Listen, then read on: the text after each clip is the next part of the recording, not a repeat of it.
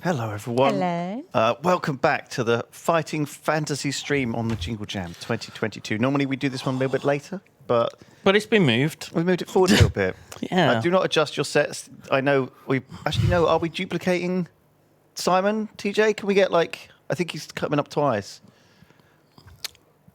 Yeah, look. That was a joke, TJ. Don't change the thing. This is Jack. Sorry, TJ was just panicking. And then, Poor Jack. and then Nina, welcome,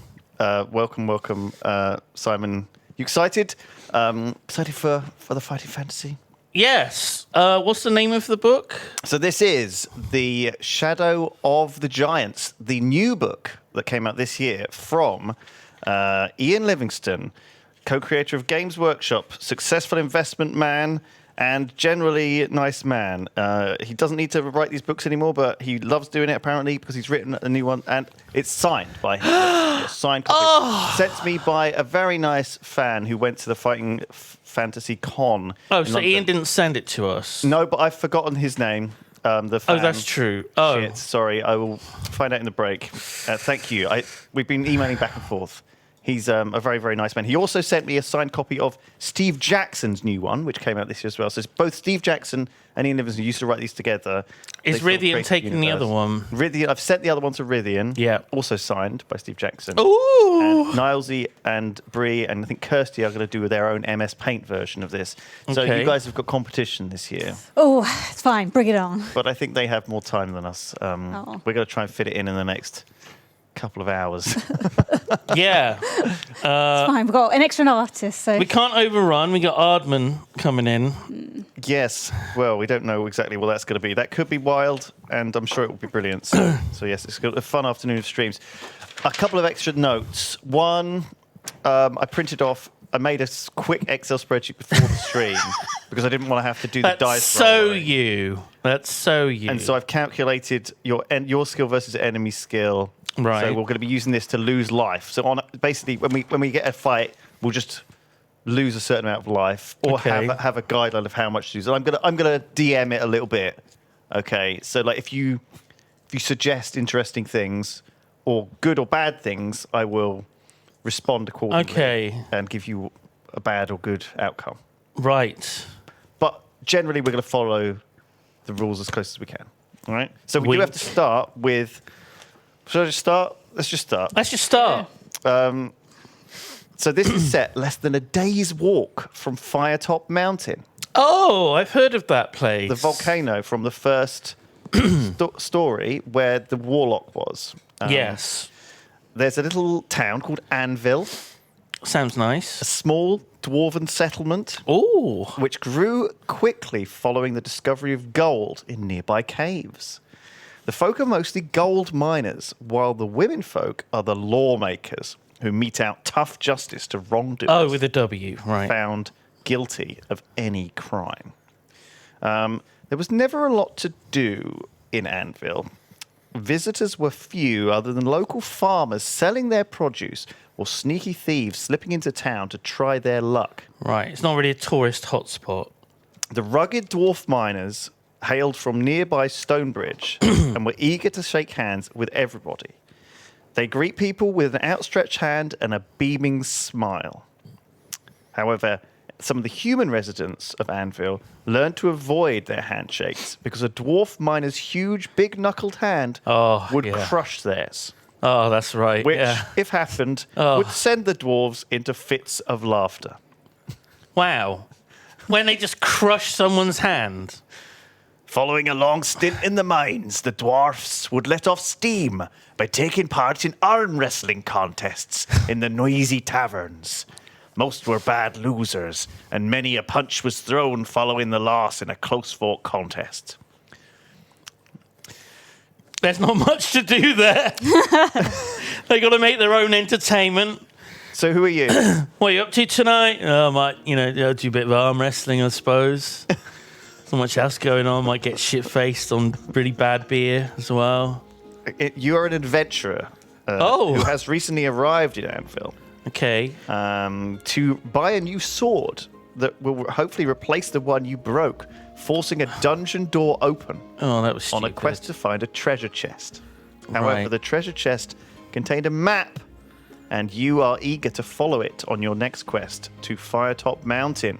Okay, so I guess I'm a dwarf, the noble, handsome, swole dwarf of Honeydew.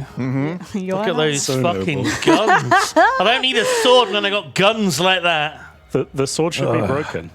Oh, yeah. Oh, It's broken. We got to get it fixed. yeah. He Oh, knew look, there you go. You- it. Perfect. Can I get one of those, like, thunderbolt-shaped swords, like that's in The Witcher? Oh, It's going to be the new Witcherman. I haven't is it? I seen haven't it. seen it. No. It feels like it would be very easy to break when it's that shape. Well, it's magical though, probably. Oh. Enchanted. Right, strength. okay. I didn't think about that. Maybe it's made of carbon fiber. I don't know. On the back of the map of Firetop Mountain were scribblings that described a large quantity of gold concealed in a secret room by the now dead warlock Zagor. Fucking Zagor. But you dare not venture into the monster-filled passages without a weapon. Okay. How much money have I got? You have got 50 gold pieces. 50? I know there was a lot in that Oh! list. Okay, Pog. Okay, so So draw 50 gold pieces. Sorry, Jay.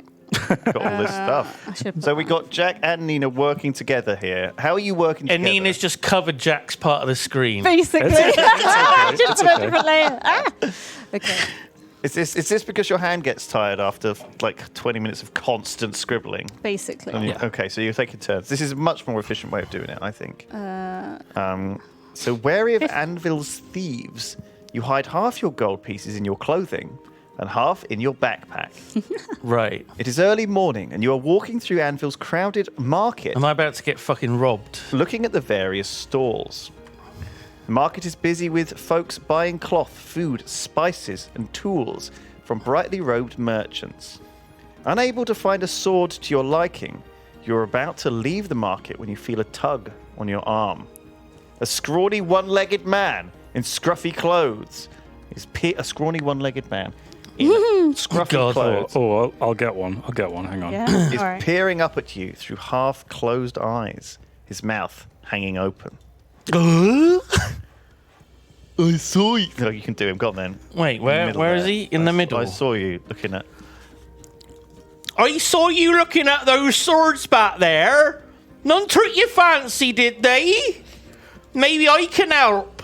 Dunbar Lap's me name, and Selling's me game. I know someone who has the best swords in town. Wait, Selling's his game, but it's someone else. How do you make things bigger in this program? You've got a tiny, Fuck me. tiny Shaggy. A shaggy. No, he's scrawny, not shaggy. He's scruffy, not Shaggy. That's the same. I think A it's very- fine. And he's got, Scooby-looking he's got man. one leg. I see, and you're deleting a leg. Yeah, Right, there we go. replace it with a peg. Yeah. Okay, you're on it. He's doing it. Fantastic. What else does he say? Much better quality than anything those swindlers from CAD have got to offer. Interested? Oh, Dunbar Lap. He sounds like a trustworthy fellow. The old man Dunbar appears Lap my balls. harmless enough, and you tell him to take you to the sword cellar. As he leads you out of the market, his wooden crutch tapping on the cobblestones, the top floors of the creaking wooden houses on both sides of the street jut out overhead, and you hear the shrill cry of "Look out below!" from above, and you just manage to dodge being drenched by a bucket of dirty water tossed from an upstairs window. Oh my god. I thought it might be like a piano falling down. Yeah. You were lucky that was water. Sometimes it isn't, says Dunbar. Sometimes it's piss and shit. Yeah. You arrive at a dwarven shop with heavy wooden shutters. Here we are. Swords and shields, he announces proudly with a sweeping gesture. Invites you in. Amaric stocks every type of sword you could ever want. He will see you right. I'll wait for you outside. And I Oh trust look, my sword's mended. All the cracks tip of... me later. Okay. Then this is it. We're on page 1 now. So this is the first option. Oh! Page 1, everyone. Page 1. You are in 2.5 hours to go. you're in a shop. I'm going to give you a few sword options. Yes. So, inside you see a huge display of swords and shields mounted on the walls. There is a wooden barrel full of spears, a collection of daggers and axes, and wearing leather armor to protect him, there is a tall man with a flat nose and thick brown hair. He looks Okay. at you suspiciously, grabs a wooden club from under the counter. Wow. I look that dodgy, do I? What the fuck? You are not from these parts, stranger. How can I help you? He asks in a firm voice. Hello, I'm Simon Honeydew, the Diggy Diggy Hole Man. You might recognize me. Shadow Rizafel, heard of it? Anyway, I'm in the market for a new sword. So if you could show me some of your best swords. Well, in that case, you have come to the right place. These are the best I have. The sword with the engraving on it is the vampire sword, Oh. designed for slaying the undead. That'll be 10 gold pieces. You got anything good for giants? Just a guess. Well, there is a sword with a flame on it. That's a fire sword. Okay. That's good at fighting fire-breathing creatures. Right. I don't know if giants breathe fire. And if you would like to purchase one of these two swords, Oh, there's only the two. yes, they're the best ones, obviously. The shop is called Swords and Shields, and you have two swords. Fine, Well, I guess it's a plural. fine. Otherwise, it'd be called Sword and Shields. Listen, if you don't want to buy one of these two swords, this was actually an option, Oh. there is a sword I bought yesterday from a treasure hunter. He goes into a back Okay. room and comes out moments later holding an older, tarnished sword. Okay. This is a bit blunt and needs a clean, but it's sound enough. It looks like it's seen a lot of action, though, but I no your doubt mum. it's good for more. Yeah. The symbols on the blade and the shape of it tell me it is a rune sword. Okay. It will be better than anything you'll find outside in the marketplace, and I'll let you buy it for just 5 gold pieces. You got yourself a fucking deal. 5 gold. That is great value. Yeah, you want the cheap one? Yeah. Okay. Well, Are you writing the word runes Rune. No. as though the Oh. runes spell out runes? Well, Brilliant. he didn't specify what they spell. Okay. Can you imagine buying that? Oh, yes, it has these exotic runes on it. And you don't even really look at what it says on it because you're like, it's runes. I can't read runes. But then you go out of the shop, where it's brighter, and suddenly you see you're holding this knackered old sword that has runes written down the side. Oh, no. yeah. What have I done? Well, I can tell you the sword is cursed. Bad news. Excuse me? Yes. What the shop owner didn't tell you and didn't know was that the sword is cursed. Every time you use it in combat, you will automatically lose 1 life. Just per combat. Per combat, yes. Okay, that's fine. As long as it's not like per round. Per combat. Okay. Fantastic. Is the curse just that it doesn't have a handle? You have to hold it by the blade. Oh, yes, you always cut your hand. Ah. Right, oh, I see. It's got no handle on it. It's just a... oh, that's good. It's a Just good a idea. long piece of metal. It's just It says runes on it. Oh, God, what have I done? Your thoughts quickly return to Firetop Mountain and the legendary treasures held inside. You are keen to test your luck, but are keenly aware of the dangers that lie inside the deadly tunnels. I'm just like, I hope this book isn't as bullshit as the last one. So we'll have these ridiculous, fucking unavoidable random deaths and shit. They all have that. Yeah. Yeah, sadly. That's part of them. Yeah. That's just how it's going to happen. If you're going to go into the mountain, you need to hire a miner to accompany you on your quest. Oh, a child. No, a dwarf. Oh. The best place to find... Hello, I'm looking to hire a child. Anyway. I mean, they do have these medieval kid guides, paying Okay. to show you around the city, though. I'm the fucking diggy hole man.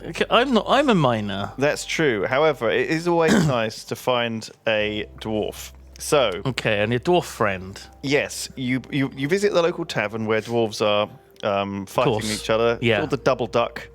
The double duck. Yes, there's just a bar fight going on as soon as you join. Why is it called the double duck? Is it two ducks fucking on the sign? I don't know. It doesn't say. Oh, yes, it's the double duck. As you enter, Staring at it, and blowing in the the wind. raucous laughter of the dwarves dies down, one of them points at you and says, "Oi, Sunshine, do you fancy your chances at arm wrestling? 2 gold pieces says I can beat you. I'm sure you can, sir. Would you like to... Nope.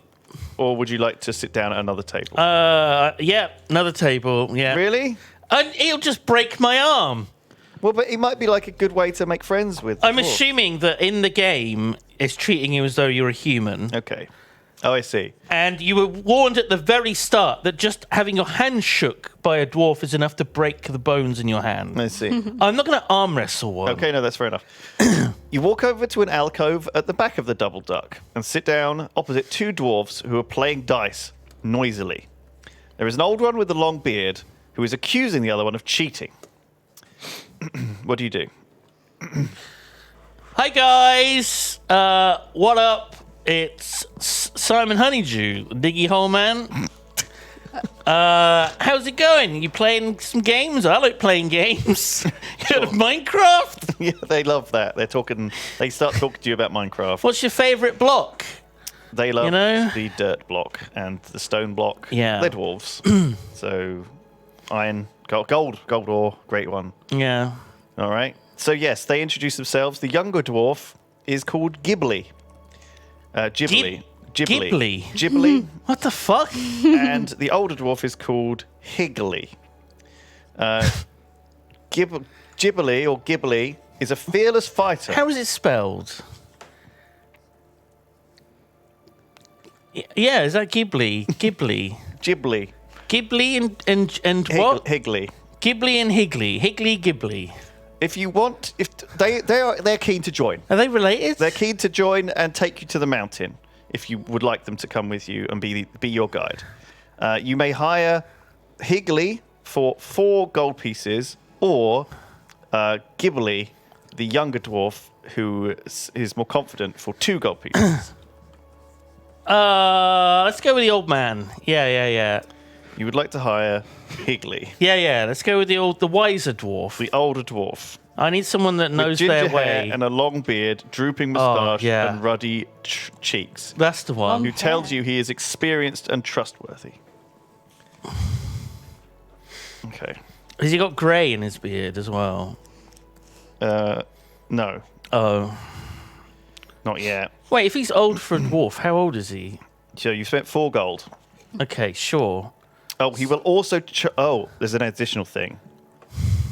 They will take you further. In return for the younger dwarf will only ask for a third of any treasures found. Right. Whereas the older dwarf will take a half of any treasures found. So you're gonna. When do we divvy up? At the end? I assume once you make it to the end. Okay, sure, I don't care. Right. You reckon Higgly's gonna fall into a snake pit? Do you? If I fucking just make it back in one piece, I'm going to be considered lucky. So, whatever. Okay. Higgly holds out his hand for you to count out the 4 gold, thanks you with a nod of his head, and says enthusiastically, "For your top mountain awaits us. I'm ready to go when you are." He grabs his axe, a coil of rope, and his backpack, and is out of the tavern before you know what's happening. And I never saw him again. Fuck! I'll just change the gold. I'm just gonna get in You follow him. your way doing this, Nina. First thing, okay, you tell Higgly that you want to set off immediately. Yeah. But he says, "I never go treasure hunting without first going to see Mystic Mary, the local soothsayer, Yeah. who always gives me helpful advice. Would you like Mystic to visit Mystic Mary I would love to or visit leave Mystic Anvil Mary. without further delay?" He's already given you advice here. Yeah. Okay. He's already showing just how valuable he is, how wise. Through the winding back streets of Anvil, you turn down a narrow alleyway. You grip the hilt of your sword, wary that he might be leading you into a trap. Lose trust one him. stamina point. No. I trust my life with what's his name again? Higgly. Higgly. Yes. Higgly opens the door and walks in to a room without waiting to be asked, and you follow him inside. There is a young woman with long black hair sitting in a rocking chair and stroking a black cat It's Nina. on her lap in front of an open fireplace. I knew you were coming because I'm psychic, you see. Oh my god, a puss. You got to show that puss. She has a shadow. Yeah. Show the actual illustration. Can we zoom in on this? I don't know. Sometimes there's actual illustrations in the book, which is nice. It's nice to see them. I don't even know if anyone's next door. Sorry, oh, there's TJ's TJ. He has to manually zoom in. Oh, okay. Oh, there you go. Can you see? Can everyone see that? Okay, nice. Thank you, TJ. Oh, it's a nice illustration. All right. She literally said what you thought she was going to say, and would like you. She asked you to drop one gold piece Cross my palm with gold. into her ceramic money box. Sure. It is in the shape of a pig with a coin slot on its back. So I'm down to 40 gold now, right? Yes. Sure. Uh, Piggy bank. You've got to pay her. Yeah. Okay, that's 112. Making progress. Oh, she closes her eyes and strokes her cat very gently as she recites a short rhyme. Roses are red, violets are blue. The eyes of the dragon are the gems on its head. That doesn't rhyme. Green is life, Oh. and red is dead. Green is good and red is bad. Okay. Okay, remember that, chat. But that's pretty obvious, isn't it? Like, that's kind of a given. If at any point in the future I'm presented with a green door and a red door and told to pick which door to go through, I'm going to pick the green one anyway. Right? Yeah. Okay, good. Okay. You think? Oh, look at that pusskin. It might be the other way around. It's what a good boy. What a good boy. Okay, do you want to get on with it, or shall we just keep messing around in town? What do you think? What are our options here? I think you should just keep going. Right, let's move on. Okay. You head east, chatting excitedly with Higley about treasure hunting. Ahead is the ominous fire-red peak of Firetop Mountain. Eventually, you approach the mountain and see a cave entrance ahead. Oh, shit. We're fucking miles ahead. Okay, good. Here we are, Higley calls out. He steps into the gloom, pulling out his axe. I draw my cursed sword. Amazing. The walls inside the cave are slimy, and there are pools of dank water on the floor, which give out a musty smell. Why did you say it like it's one word? Dank water. You set off down the passageway at the back of the cave and soon come to a junction. You ask There Higley are two doors. which way to go. He replies, "Going left is pointless. Treasure hunters have long since looted everything in that section of the mountain. Okay. So you turn right. There is a small hole in the wall. I put my dick in it. Would you... Okay. That is an option. Okay, that is an option. Did Well- Ian put that in the book? You can put your hand in it. Oh, right, okay. You tentatively slide your arm into the hole Yeah. and are excited when your fingers touch several coins. Oh! While scooping them up, you feel a sharp pain on the back of your hand. Right. You pull out your hand, clutching 4 gold pieces. But... Your excitement is cut short when you notice there's an angry-looking lump on the back of your hand. You have been stung by a scorpion. Right, that's not good, is it? What are my stats here, by the way? Well, we haven't rolled for them.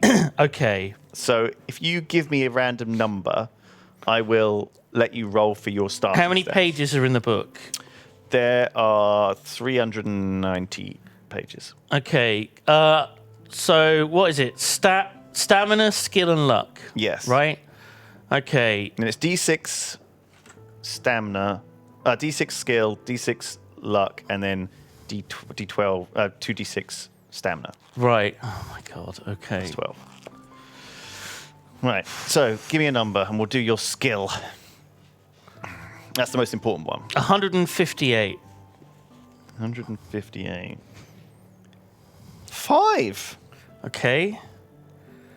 Not bad. So 5 what- plus 6, so 11. Your starting 11? speed is 11. Okay. Which basically makes you a pretty good fighter. God. Okay. Right. At 11 skill, you are going to be able to take more fights than you would otherwise. Okay. Which means you can take more risks a little bit. If you start a game with low initial skill, you have to be much more careful. Kind of fucked, to be honest. You can obviously finish all of these books with low skill. It Right. doesn't really matter what you roll, but this gives you more outs. What about luck? 420. That's not. It only goes to 390. What? I told you. All right. 240. 240p. What do scorpions look like? 4. 4. 4. Sure. And then.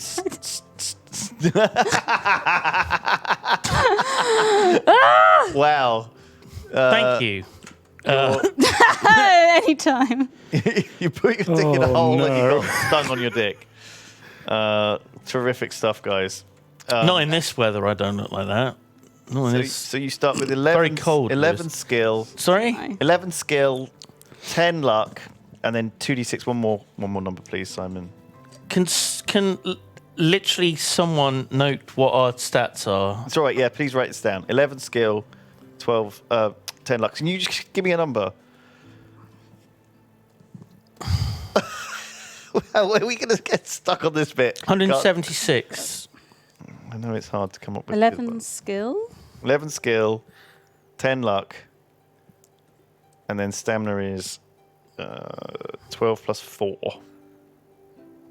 So 16. Yes. I had to think for a second. So you've lost 4 stamina from being bitten by a scorpion. So you're on 12 stamina. So I've already lost a quarter of my. Well, a fifth of my. Yes. Is it a quarter?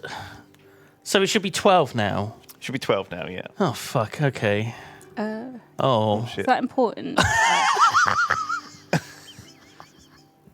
What's what important? Are these Oh, numbers? Jack. These colours, are they important? No, not really. Good and Get bad. 'em We out know. of here. We know what good and We bad. can remember them. They're gone. They're gone. Okay. You are. You curse your misfortune and rub your aching, Oh. swollen wingus. Wingus. Yeah. You should arrive at a wooden door All right. that has been smashed open and hangs in pieces on its rusty hinges. Into the gloom, you can see a clay pit just beyond the doorway. Higley begins tying off one end of his climbing rope to the door hinge and then throws it down into the pit. Oh. I'll go first, Oh he god. says, sliding down into the pit. He's gonna die. Okay. Nothing to see down here, he says, looking up. You tell him not to be so hasty and slide down the rope to join him. Inspecting the pit wall carefully, you notice a faint vertical crack in the clay. Higley swings his axe at the wall, and you hear a dull clang as his blade strikes solid metal. Boom. You help him clear away the clay to reveal an iron door etched with figures of fire-breathing dragons. Oh. Should Okay. have gone with the more expensive sword. Higley urges caution, but you cannot resist trying the handle. Much to your surprise, it opens, and you pull the creaking door open. Oh my god. You enter a small stone-walled chamber. There is an ancient wooden chest with thick brass edging on a marble plinth. I search for scorpions. It is quite dark inside the chamber. Oh yeah. You can see the far wall is decorated with a colourful painting of an old bearded wizard in long robes holding a glass orb. This is a trap if I've ever fucking seen one. That could be a painting of Zagor, Oh. the evil warlock who used to live inside this mountain. Okay. This could be his long-lost treasure chest. You walk around the plinth looking for traps before inspecting the chest, which has 2 rows of interlocking dragon teeth securing the lid to the frame. What the fuck? There is no lock, but there are 2 gemstone eyes, 1 emerald and 1 ruby set in the lid. Right. So it's like the face of a dragon on the chest. Yeah. With 2 eyes and all the teeth. Right.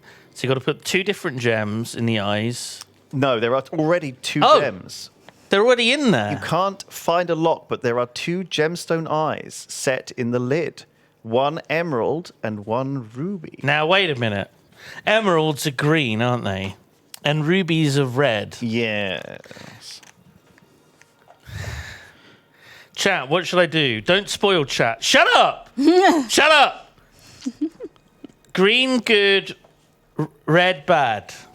I push the emerald. Boop.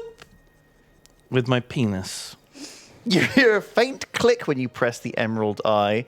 And watch it, by the way, pressing the red one would have killed you. It would have just killed me. Instantly killed you, yes. How would it have killed me? Well, do you want me to read it? Yeah. Fuck's sake. There is a faint click when you press the ruby eye, and the loud clang of the iron door slamming shut. You push on the door with Higley with all your might, but to no avail. Oh, we're just trapped forever. Higley hacks at the door with his axe, but it bounces off the thick iron panel without making the slightest dent. Right. You are Yeah. trapped, and you slowly run out of food and water and die. Oh. Pretty grim. Yeah. But that didn't happen because you went to that Mystic Meg. Oh my god! If I hadn't, I probably would have gone. Okay, they know that I want to press the green because that's obvious. So I'm going to press the red one. I see. So, in the chest is a red velvet cushion with a polished iron crown. Oh, On top of the iron crown, adorned on the cushion, adorned on the crown, are 4 iron warriors, spaced equally apart on the rim. The warriors are standing to attention, with their hands resting on the hilt of their downward pointing swords. right. What a fantastic looking crown! Exclaims Higley. It must have magical powers! I'm going to put it on! Wait, is he? What are you going to do? I think what we should do is we should cut it in half and then take half each. Right. We're splitting the treasure, right? Is he going to put it on Well, yeah, he's about to. What would you like to do? so I can stop him or let him do it? Yeah. Okay. I'm going to say, wait a minute. This might be dangerous, sir. Sir, please stop, sir. Okay. This is a warlock's crown. You don't know what you're dealing with. Okay. Well, you've got 2 options. One is to let Higley try on the crown or try it on yourself. Look at my large hand. So one of us has to wear it. Oh, fuck it. I'll put the hat on. Why not? Okay. What could go wrong? I'm hoping it lets me command the undead or something. Right? You That'd be breathe in cool. deeply and slowly place the crown on your head. Okay. Do you feel anything? Higley asks. You shake your head in reply. Higley lifts the velvet cushion out of the treasure chest in hope of finding something else in there. There's like the instruction But manual. there is nothing else inside. Thank you for purchasing the Warlock Crown 2000. Please do not attempt A to moment wear it later, on your head. you suddenly feel the rim of the crown begin to tighten around your head. Oh no. You try to take it off, but it tightens even more. You begin to feel a sharp pain as it begins to crush you. Higley looks worried and urges you to leave the chamber. You manage to climb out of the pit and stagger a few steps before clutching your head and collapsing on the ground. The crown crushes your skull and you die. Your adventure is over. Okay, so Fucking hell. This is brutal. So that was the Fighting Fantasy. Thank you everyone for watching the Fighting Fantasy stream. You dodged 1 instant death trap. Yeah. Only to be confronted by another immediate instant death trap. Yeah, that's right. Still, I had a lot of fun today, Lewis. Hopefully, Rythian, Kirsty and co will get on better with their book. Yeah, I hope so. Going to take a 2-hour break now. Oh, that was brutal, wasn't it? Okay, so I guess We can carry Our on from, friend we- has to from put the where crown we are. on. Yeah, unfortunately, this is pretty bad, isn't it? not poor Higley. He was like a brother to me. Yeah. Well, let's just imagine that Higley was like, let's imagine an alternative, okay? Well, if he dies, he's not going to be in it anymore. Yeah, but let's just... So we can't just pretend that he's still there. Well, there you go. I'm back to town. See you later. You want to give him a happy And ending. then he leaves, right? And you pick up the crown, 'cause you're not going to wear it, are you? So how does it happen? You say, Higley, wait. Don't wear that crown. And you hold the crown, and you notice that the crown is shrinking around your hand. Oh. You quickly take the hand out. Higley says, I'll take these gems. And he pries the eyes out of the chest. And this is my half. Good luck with the rest of your adventures. Yeah. Goodbye, Higley. Simon Honeydew. Have a long and happy life. I will. I'm not a reckless maniac that dives into holes and digs things and does that stuff. All right. Well, that was good value, I think. That's great. Yeah. Good job, Higley. Yeah, thank you. All right. He's gone now. He's gone. As Higley walks away, good. Okay, well, something else has happened, but that's fine. Let's just see. Is it important? No. Well, okay, here's the thing. Okay. As you collapse on the ground outside the pit, sorry, no, you don't, obviously. Sorry, no. No. Okay, though he doesn't. As Higley walks away, fully alive and healthy outside Yeah, the pit, that's right. Yeah. you notice as the 4 iron warriors on the rim of the crown begin to move. Okay. They jump down from the crown onto the ground and stand at attention in a circle. They grow quickly. Oh. And within moments, they are towering above you. Great. 5 meter high iron statues. 5 meters high.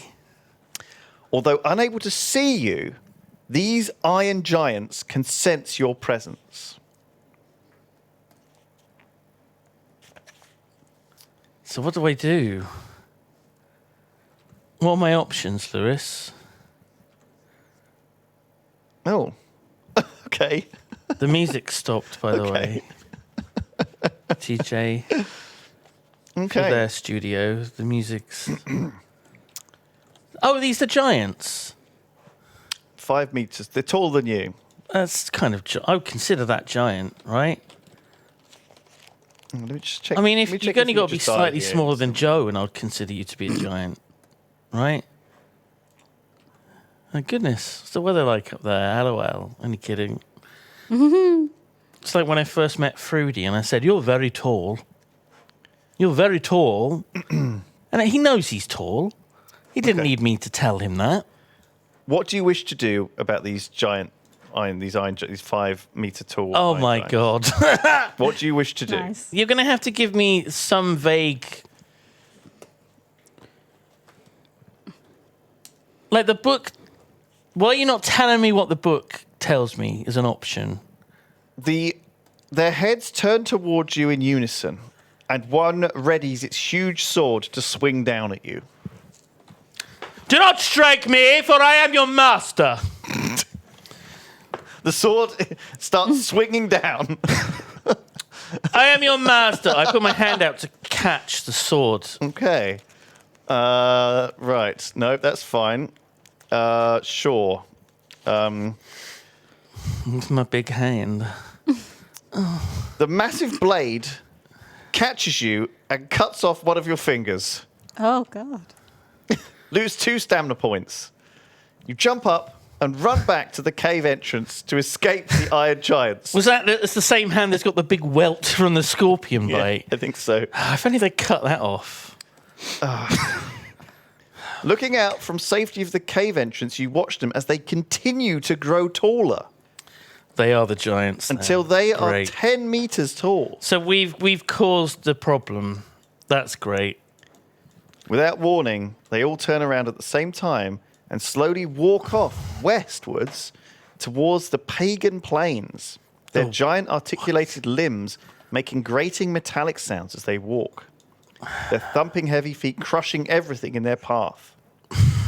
As soon as they're gone, you run to Higley. No, he's left to find himself a wife. He's actually still going. Higley's still alive. Yeah, he didn't die instantly. Oh right. So Right. it's the Okay. crown of chaos. We're all doomed, he whispers. The Iron Giants will destroy Alanzia. Take the crown to Marek Omyash in Hamelin. He will help you. Could you write that down? I didn't quite capture the name. Marek Omyash in Hamelin. Malik Kobigash. Okay. Marek Omyash. Omyash. in Malik Hamelin. Omyash. Gotcha. In Hamelin. Yes. All right. Is that the place with all the rats? Yes. Okay. Yes. Okay. Okay. Are you off then, Higley? Yes, I'm off now. All right. Goodbye. Definitely off for sure this time. Okay. You take care now. Okay. Good stuff. Did you not want your half of the treasure? I did. I got the gems. Oh, yeah. Yeah. Good stuff. Have I still got the crown? Yes, you have. Okay. So, the adventure continues. That was quite an adventure. So I think that's the intro bit. Not what I was done. expecting. Studio, TJ, if you're there, we haven't got any music. Or at least we can't hear music. You need some fantasy music. Yes, please. Is that Gut? You decide. Epic adventure. All right, but not that epic. Well, we don't want to. We're walking around in the mountains. Yes, okay. Not fight music. All right. Gosh. So, an hour later, you have arrived at the Red River. Okay. There's an old man Red's dangerous, Lewis. lying asleep in a rowing boat pulled up on the bank. Would you like to talk to the old man or carry on walking along the riverbank? I'm going to talk to the old man, sure. That seems to be all I do is talk to old men. You cough my life. loudly and he wakes up looking startled. You didn't need to. You've been No, but coughing I this did whole need. stream. Yeah, I did need to cough, so it's a good excuse. He grabs an oar and tells you not to come any closer. Would you like to? Well, go on. Let's do this. What are you going to do? I flirt with him. Okay. That's a very nice. Oh, you've got that big boy. The old man Is that relaxes. for me? All right. Hamelin is very far away, too far for me to row to. In the old days, I used to run a ferry service, but people stopped coming to Firetop Mountain since the warlock died. I've retired now, but I can sell you this boat if you like. What are you talking about? You're retired, but you spend all day sitting in a boat. I know. Would you like to buy my boat for 5 gold pieces or walk?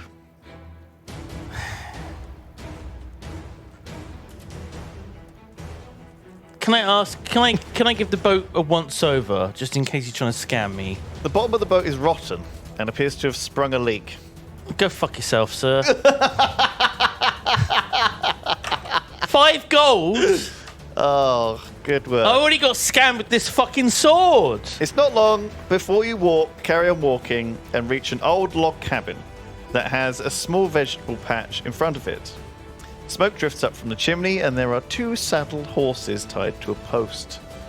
What would you like to do? I'm not going to steal a horse.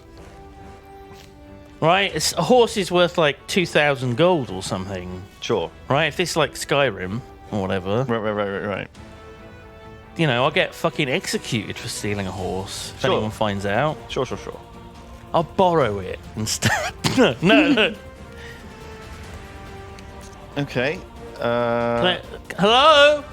Is there a horse owner nearby? I wish to ride to Hamelin. Sure. You walk up to the front door of the cabin and bang on it with the pommel of your sword. You hear dogs barking. It doesn't have a pommel. ferociously. It's just a blade. You Oh. go away, or I set my dogs on you! A man's angry voice calls out. Would you rather knock again or carry along? I knock louder. Did you not hear me? I said go away, or I'll set my dogs on you! I can't hear any barking. Got very quiet dogs, haven't you, sir? I suspect you don't own any dogs at all. The door is suddenly yanked open by a grim-faced, Oh, I just saw the picture. skinny man I just saw the picture on the page. with a beard. Two huge slavering warhounds with sharp fangs stand by his side, barking loudly, ready to attack. Okay. Yeah. The man looks you up and down. Hi. I was wondering if I could hire a horse or hire you to take me on a horse to Hamlin, which I believe is a little distance away. Got important business there. 5 gold pieces sound good? You look like you could use the money. Those dogs probably eat a lot of food. Why didn't you say you wanted to buy a horse in the first place? My name's Harold Hoggett. Nice to meet you. Okay. These lovely little puppies here are Julia and George. Don't worry. They won't attack you unless I tell them to. Okay. Where are you going anyway? Hamlin. 34. Place with all the rats. I'm looking for a man named Bargus Flugelmark. Hamlin? Bingus Flugarg. Oh, okay. Yeah, Marek Elmiash. You can ask Yes. him about that. Him, yeah. I'm just... thought... Yes, I do know Bingus Flugelmark. Yeah. Why do you want to see him? He offers you a chair before sitting down in an old threadbare armchair with the dogs lying at his feet. Oh. He's looking at you curiously. Yeah, so I found this crown of chaos That is actually an option. and Unbelievable. You show Hoggett the crown of chaos this isn't going to be good, is it? and tell him about how the Iron Giants rose up and headed west. You tell him about what Higley said. Always cry at the end of that film. Always cry at the end of that film. Oh no, the Iron Giants have risen. This is disastrous news. Gosh, well listen, Marek, he is one of the only handful of people in Alanzia who knows how to defeat one. Marek has lived as a recluse in Hamlin since his wife Velma died. Oh, from Scooby-Doo. Yeah, we already met Shaggy. He refuses to see anyone these days. I met him years ago when we fought against the Lizard Men in the Battle of Fire Island, and we became blood brothers. If you wear this chain, I know he will speak to you. There is a silver medallion hanging from a chain necklace with a dragon's head engraved on the face. Okay. Marek will likely be wearing the same medallion. Tell him Harold Hoggett says hello. Now you must be on your way. There is no time to lose. Save your gold. Please take my horse with my compliments. The fate of Alanzia is in your hands. Thank you. Wow, that went so well. It's got to be open with people. Oh my It's all god. about communication. Okay, so he helps you up into the saddle and says, out of respect to Marek, I suggest you pay a visit to the graveyard outside Hamelin. His wife is buried there. By the way, it's the first day of unlocking tomorrow. That means the Hamelin Fair will be on. There will be entertainers, stalls, contests, and all manner of fun things happening. Oh. You never know, Marek Omyash may be in town for a while. It was always his favourite day of the year. Watch out for hustlers, especially the card sharps. They'll rob you of your gold before you know it. Okay, don't play cards. Okay. Good Yeah, stuff. but I was watching someone else play, and I think I figured out how it works. So I'm pretty confident that I could do it.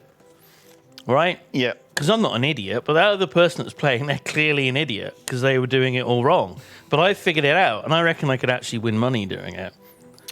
Is what a fool would say. Okay, so we make some progress. I'm riding on my horse. You are. I'm going to call it Roach. It does have a name. What?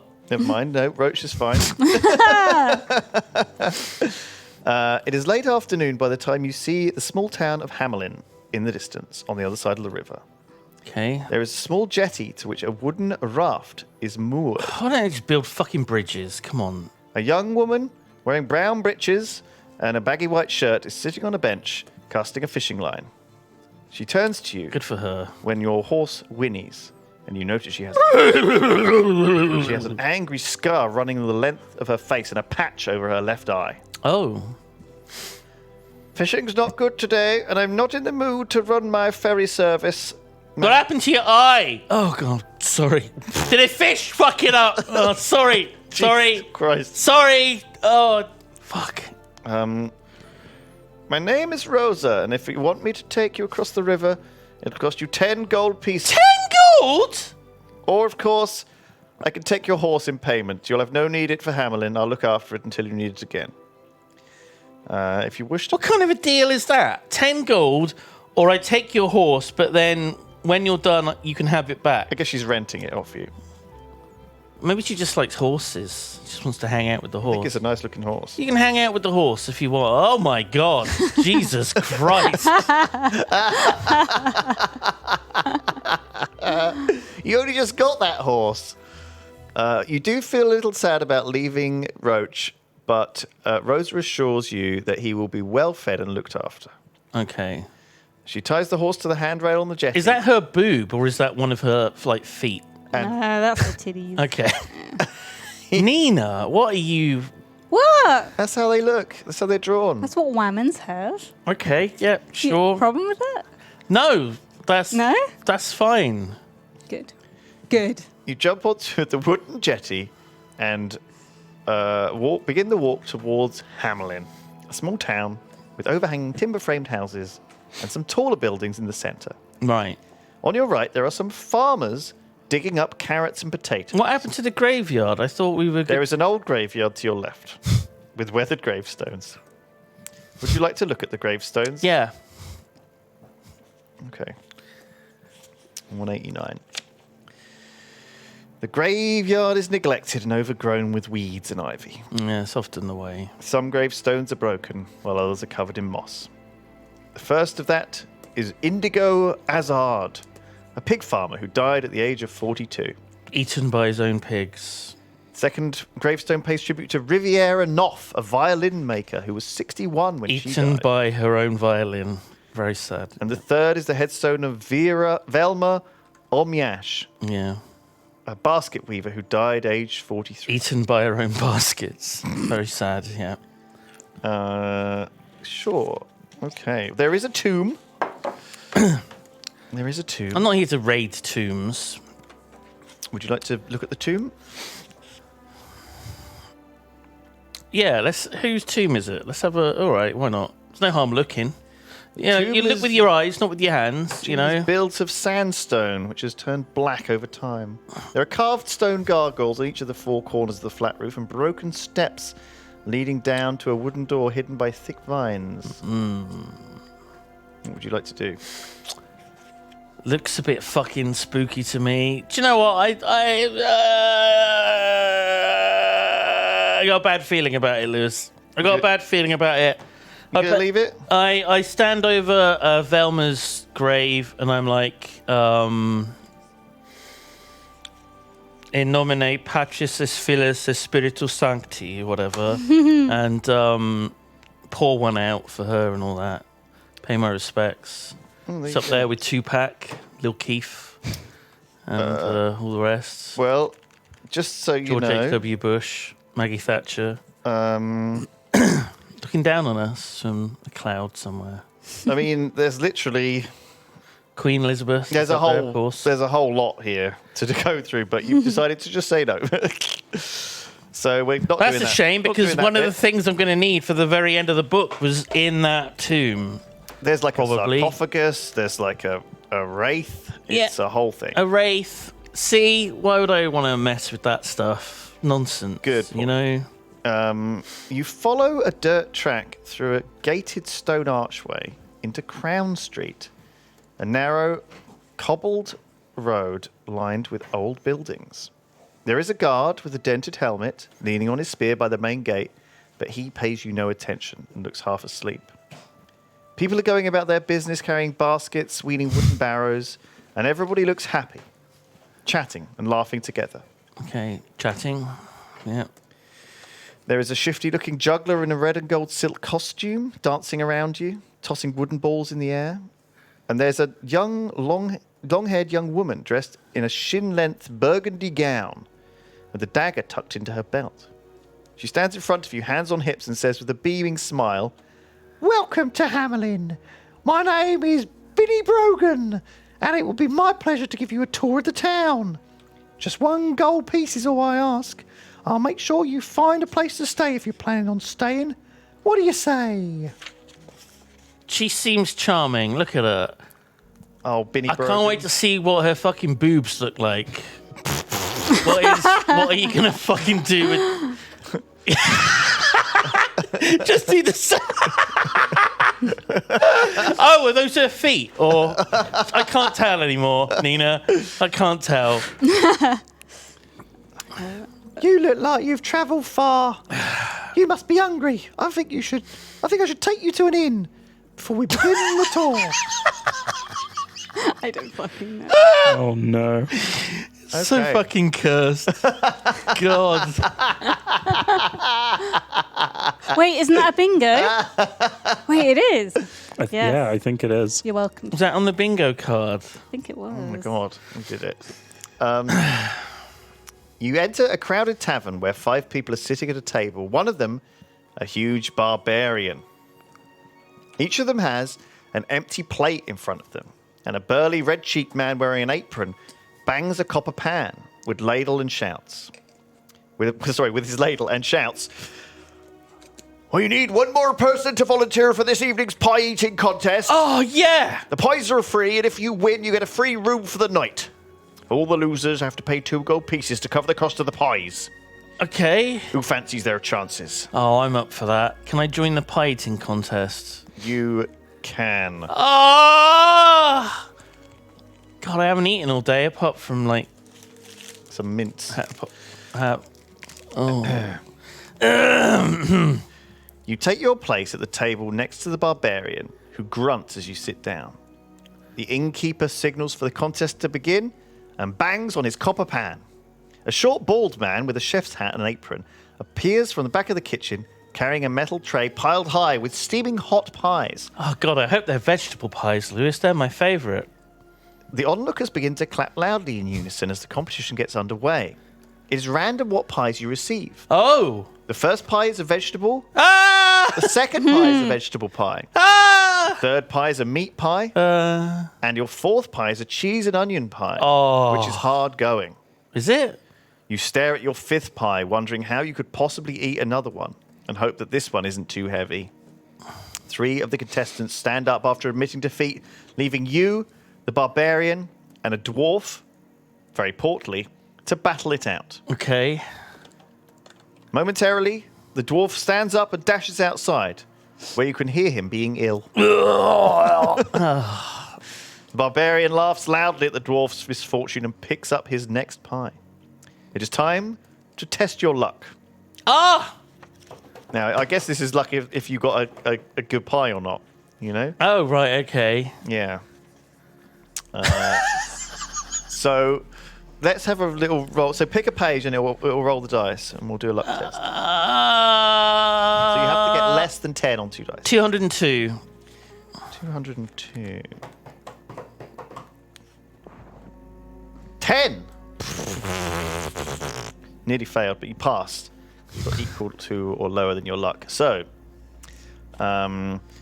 you bite into the warm golden pastry of what turns out to be another vegetable pie. Barbarian takes a huge bite out of his pie and spits it across the table. You want to do the barbarian? I already did this. We did this for the... I picked a page at random before we started for Sarah's was this Instagram one. story. Which one is it? Vegetables? I don't eat vegetable pies. I eat meat pies. Bring me another meat pie. Thank you. Lovely. Well done. The innkeeper tells him that it's the luck of the draw. He got lucky that he was given 4 meat pies in a row. Wow. But now he must eat what he's been given. No! Shouts the barbarian in a booming voice. Well, that means you are disqualified, the innkeeper says calmly. The barbarian stands up and kicks over the table. Champions. And suddenly there is an uproar in the tavern.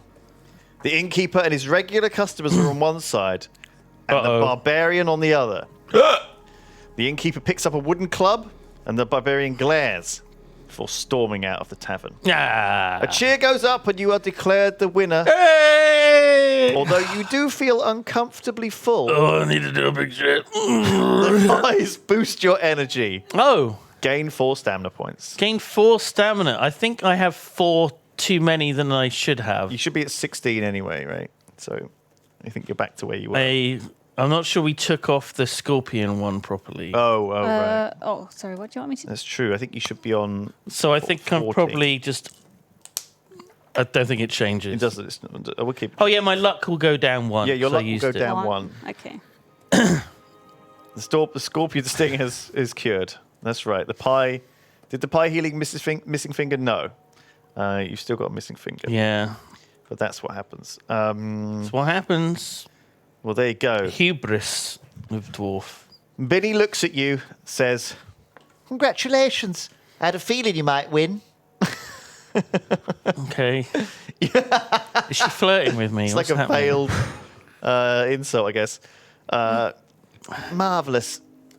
Well, it's getting late, so I'm going to go home. I'll be back first thing in the morning to give you a tour of the town. And I never saw her again. Okay. Yeah, well, this was nice. You get a good night's rest, add 2 stamina points, Ah! and go downstairs in the morning where you find the innkeeper cleaning up the mess from the night before. There's puke everywhere. Just fucking everywhere. The innkeeper, Binny Brogan, was in here earlier. She said she couldn't wait for you any longer and had to go. Oh, You think you got up too late for Binny? yeah. You think the innkeeper will leave the tavern? Oh my god, he predicted that she wouldn't be waiting for you. How bizarre. To find your own way. Interesting stuff. Okay. Progress. There are lots of people up early and walking around along Crown Street towards the centre of town. You ask a passerby where everyone is going, and he tells you that they are on their way to celebrate the first day of unlocking, which only comes to Hamelin every year. You follow the crowd and notice 2 odd-looking fellows walking the wrong way, deep in conversation. One is a middle-aged man with leather books under his arm. His baggy shirt is tucked into woolen breeches, held up by a wide leather belt. He's wearing a hat, Has he got a medallion round wide his neck? brimmed. Is it Brangus Flugelpark? I don't know. The other man, who is younger and much shorter, is walking on stilts. However, he also has a long beard that brushes the floor. Would you like Wow, to that's stop? a very long beard. Would you like to stop the men and ask the question Yo, what up? or carry on? I'm looking for a wizard or something. Okay. He's wearing a medallion like this. Shows medallion. The men stop and stare at you with furrowed brows. How rude of you! Don't you know who we are? We are the wise beards. We are deep thinkers. We do not have time to stand around and talk to strangers. Okay. Is that it? No. You've asked him about Fluggelbargle, right? Okay. If you mean Marek Omyash, you're wasting your time. He's an old recluse and won't speak to you. Recluse chatting. Recluse. I haven't seen him in months, but you never know. He sometimes was rumoured to make a secret visit to the fair. It was always his favourite day of the year, after all. So he's in disguise. The florist Fay Bibble might know where he lives. I remember her once telling me that he occasionally buys flowers from her to put in his wife's grave. Okay. She will probably have a stall at the fair. Farewell. Thank you. Thank you. We've got to find a florist. Yeah. To find a disguised, probably, wizard wearing a medallion so we can ask him about a cursed crown that summoned giants. Yes. Just another day, really, isn't it? Okay. So, you reach the fair. Would you like to watch the entertainers and sideshows, look at the vendors' stalls, or walk over to the tents? I guess vendors. The vendors. Yeah. Okay, good suggestion. First stall you reach is a man called Honest John. Okay, I don't trust him immediately. He is selling the following items: bat balm, frog spittle, swamp juice, green slime, snake oil, spider I oil. buy whatever it is I need to win at the end. Whatever stupid fucking Orc thing. snottle, cockroach Orc cream. snot, yeah. Goblin earwax. I gotta have goblin earwax and orc snot, otherwise I can't, throw it at the gargoyle at the end in the arena so that I can get the final gem to put in the crown to make the giant stop attacking everyone. Okay, I don't know. Sure. I think this guy. I shouldn't worry. So you don't want to buy anything. I would. What was there? What was listed? Bat. Stuff for your health, basically. Like medicines that will prevent or cure any disease and illness. All right. Can I have some poison, anti-poison? Do you want bat balm, frog spittle, swamp juice, green slime, snake oil, spider oil, fever-free tonic, wheelie water, dragon tears, goblin earwax, orc snottle, or cockroach cream? You actually weren't making those up. Right. Okay. Yeah. Oh, yeah. Sure. I'll get some. Whatever. Yeah. How much are they? Like between 1 and 3 gold pieces. Jesus. What do you think I'm going to need? What's the fucking list? Oh, my I God. can't give you the. Sorry, Oh, yeah, I've 'cause you got your my finger fingers. in a million pages. Spider oil, 100%. Because if I don't want to get bitten by a spider or whatever. Cockroach cream. That is disgusting. I guess some dragon tears as well, sure. All right. And some fever tree tonic water. So I think that's a joke, like reference. Yeah, to, like... All right, 5 gold. There you go. Okay. Simon's bought a collection of disgusting animal objects from this guy. All right. Okay. I'm sure none of them are going to be used ever again. Spider juice and dragon piss. Yes. Okay. Okay. The next stall sells keys, brass keys, iron keys. How am I supposed to know which fucking key I need? Yep. What is this? As you walk past, the store owner starts singing a jolly rhyming melody. I steal all the keys. I like gold keys and pickles and cheese. I like gold keys and beans and peas. I like gold keys and bumblebees. I like gold keys and old oak trees. So he says, "You got a gold key to sell me?" No. Well, fuck off then. Okay, bye. All right, well, that's that done. What the fuck was that song? That's the song. I just sang it. That's what he was singing. He's a happy little fella. I like gold keys and eating cheese and pickles and cheese. I like to eat beans and lots of peas. I've been very lonely since my wife died. Okay. Right, well. Sure. Yep. I'm sorry. There's a lot going on here, so I'm just trying to keep track. I'm moving over a things that bit. you I'm might going have to cut missed. off. Well, I don't want you to. Right. All right. Yeah. You're doing it. Sorry, forget where the camera is. The next stall is a colourful flower stall Oh! with a display of vases and jars with beautiful sunflowers. There is a chair behind the stall with a note pinned to it that says, "Back in 10 minutes." I wait 10 minutes. Oh, fucking hell. Are we going to do it in real life? It's time for a break yet. Oh, almost. Not quite, but yeah. Okay. A lady approaches wearing a headscarf and white apron. Hello, Wow, I'm she looks- Faye Bibble. She looks just like the last person. Sorry to keep you waiting. I had to deliver a bouquet of flowers. Are there Oh. any flowers you're looking for particularly? Were you delivering flowers to Fingal Brack, Margok? What is the name of the guy? I'm not even making up that I can't remember. Margok.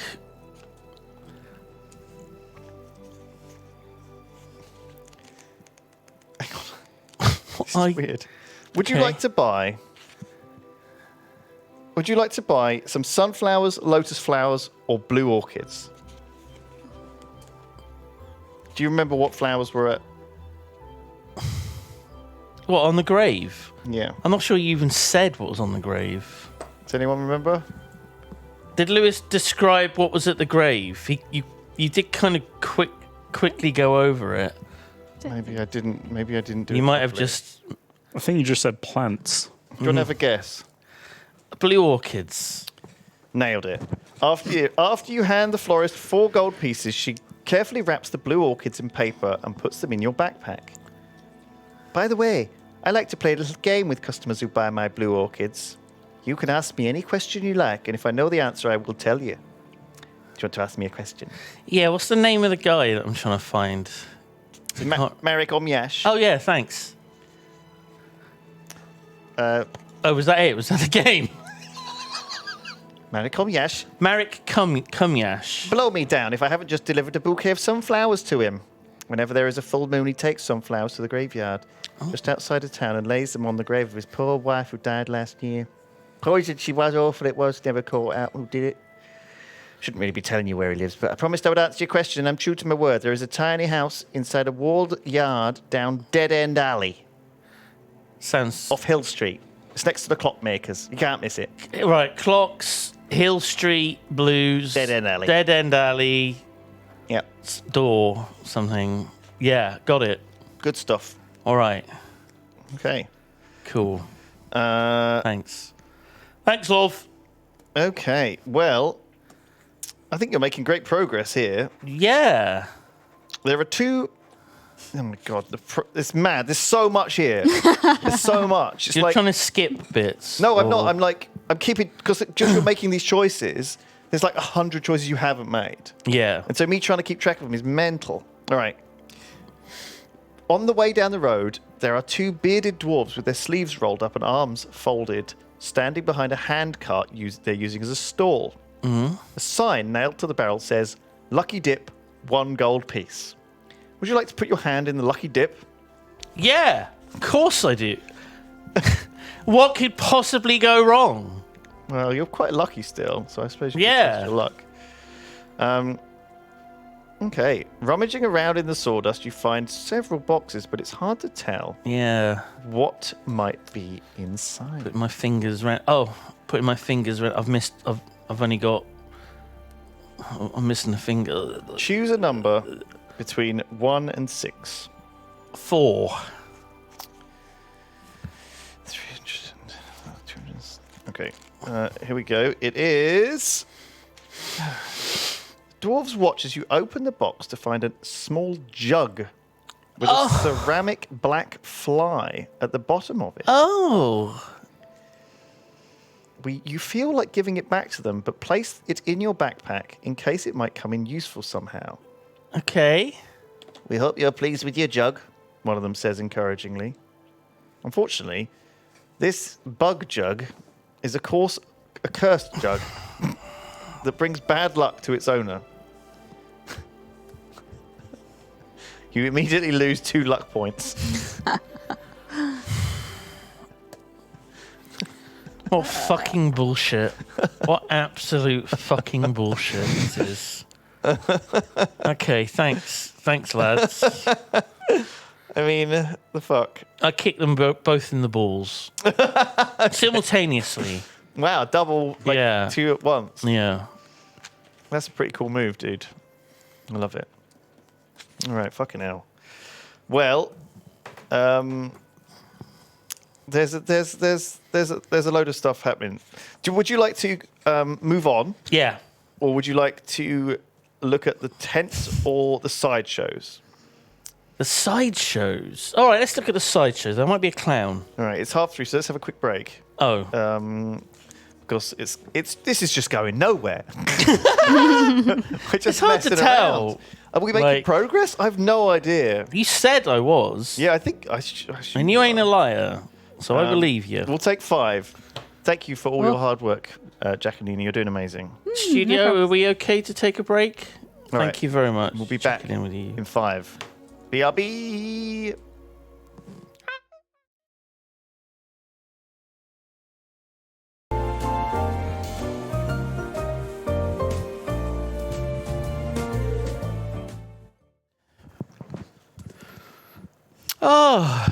Welcome back, everyone. to I'm the just a little Global boy. Fantasy stream. I'm just a little man over here, Lewis. I can't.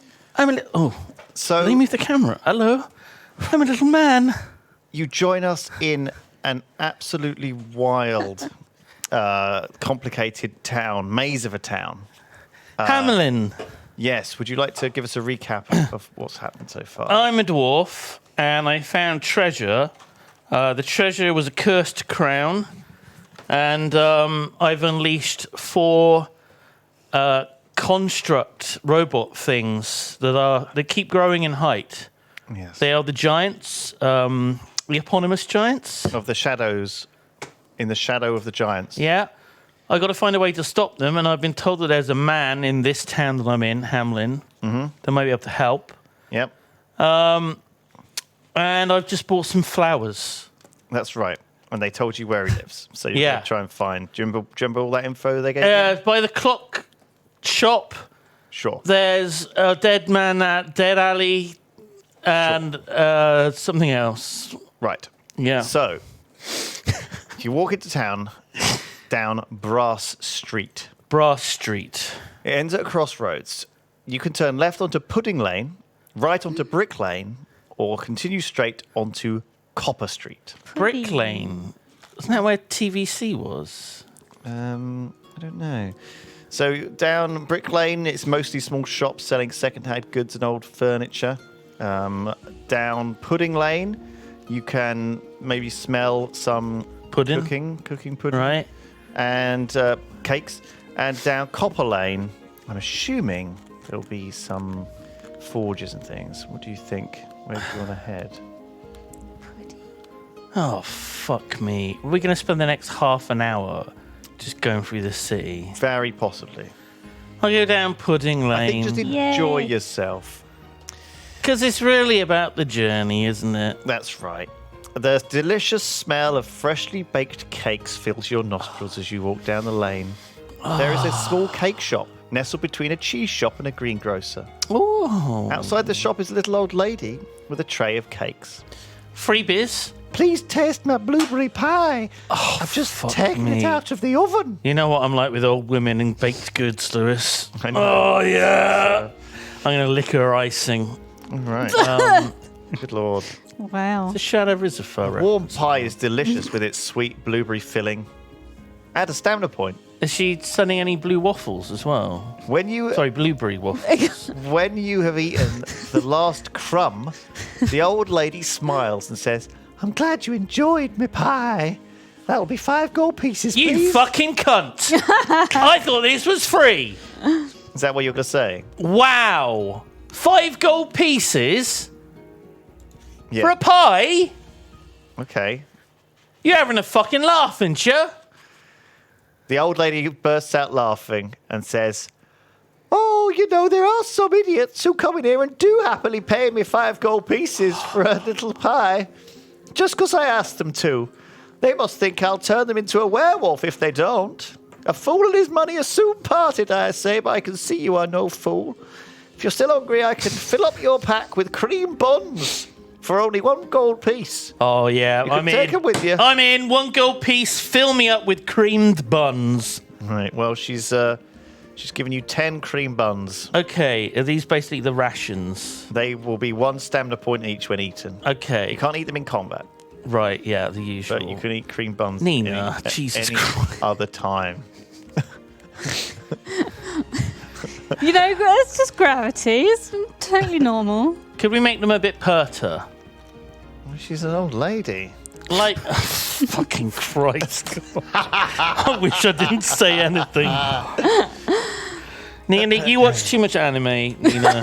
Oh, yeah, they all look like that. Yeah. Pudding Lane turns sharply right, and around the corner is a young woman no more than 1 meter tall, Okay. drinking out of a fountain. Oh, The fountain is shaped like a unicorn's head with a shiny brass horn, which she is pulling to make water flow out of the fountain. Her green feathered cap, green cloak, and green shoes would suggest she is some sort of leprechaun. "Hello," she says.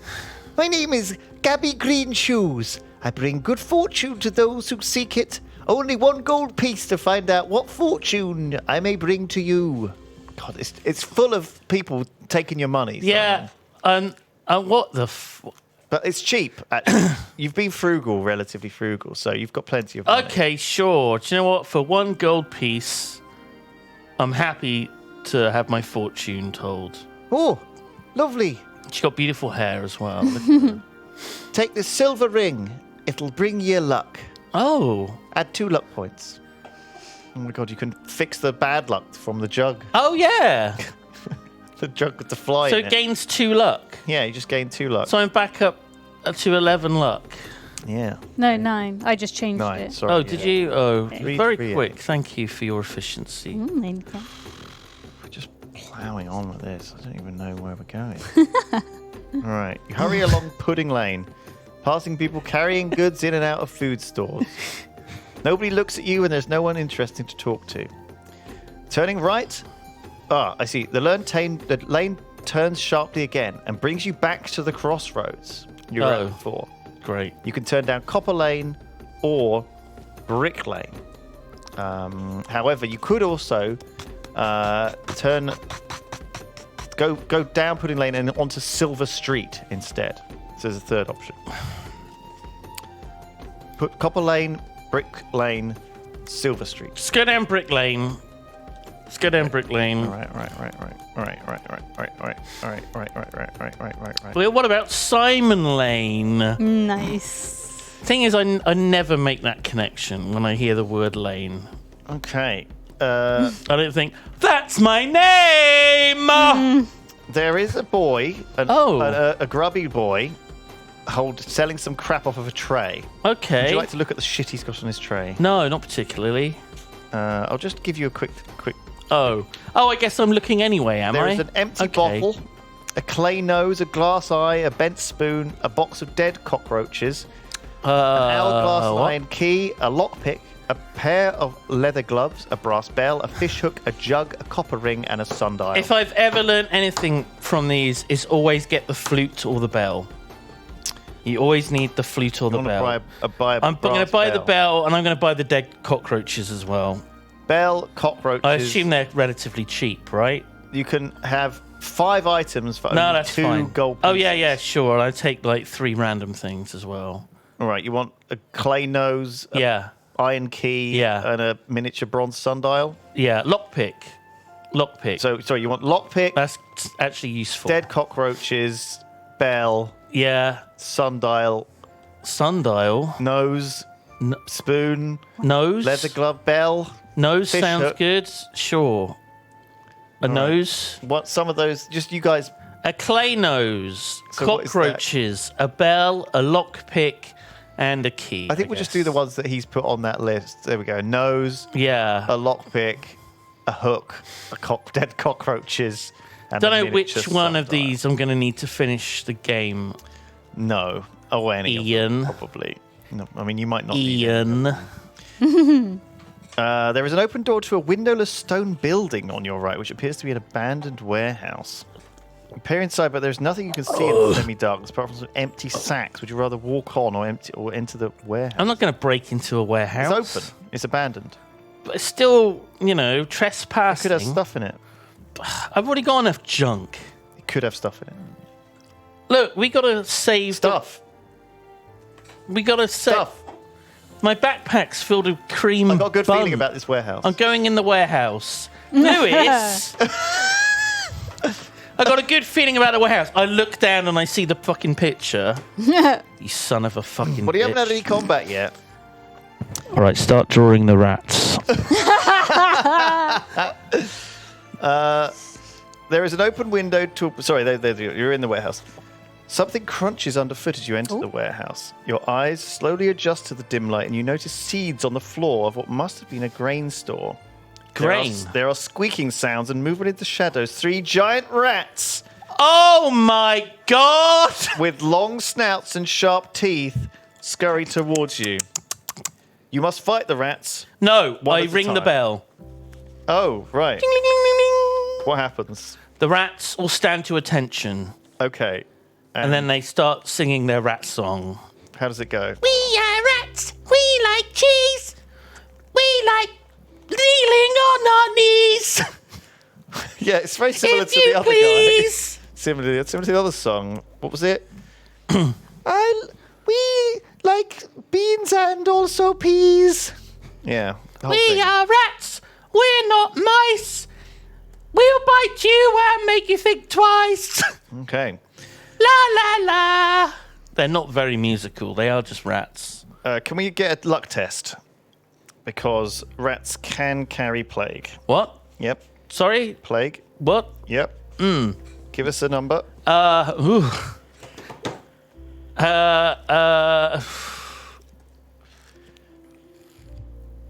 How many fucking pages are there? 339. Fuck me. Okay.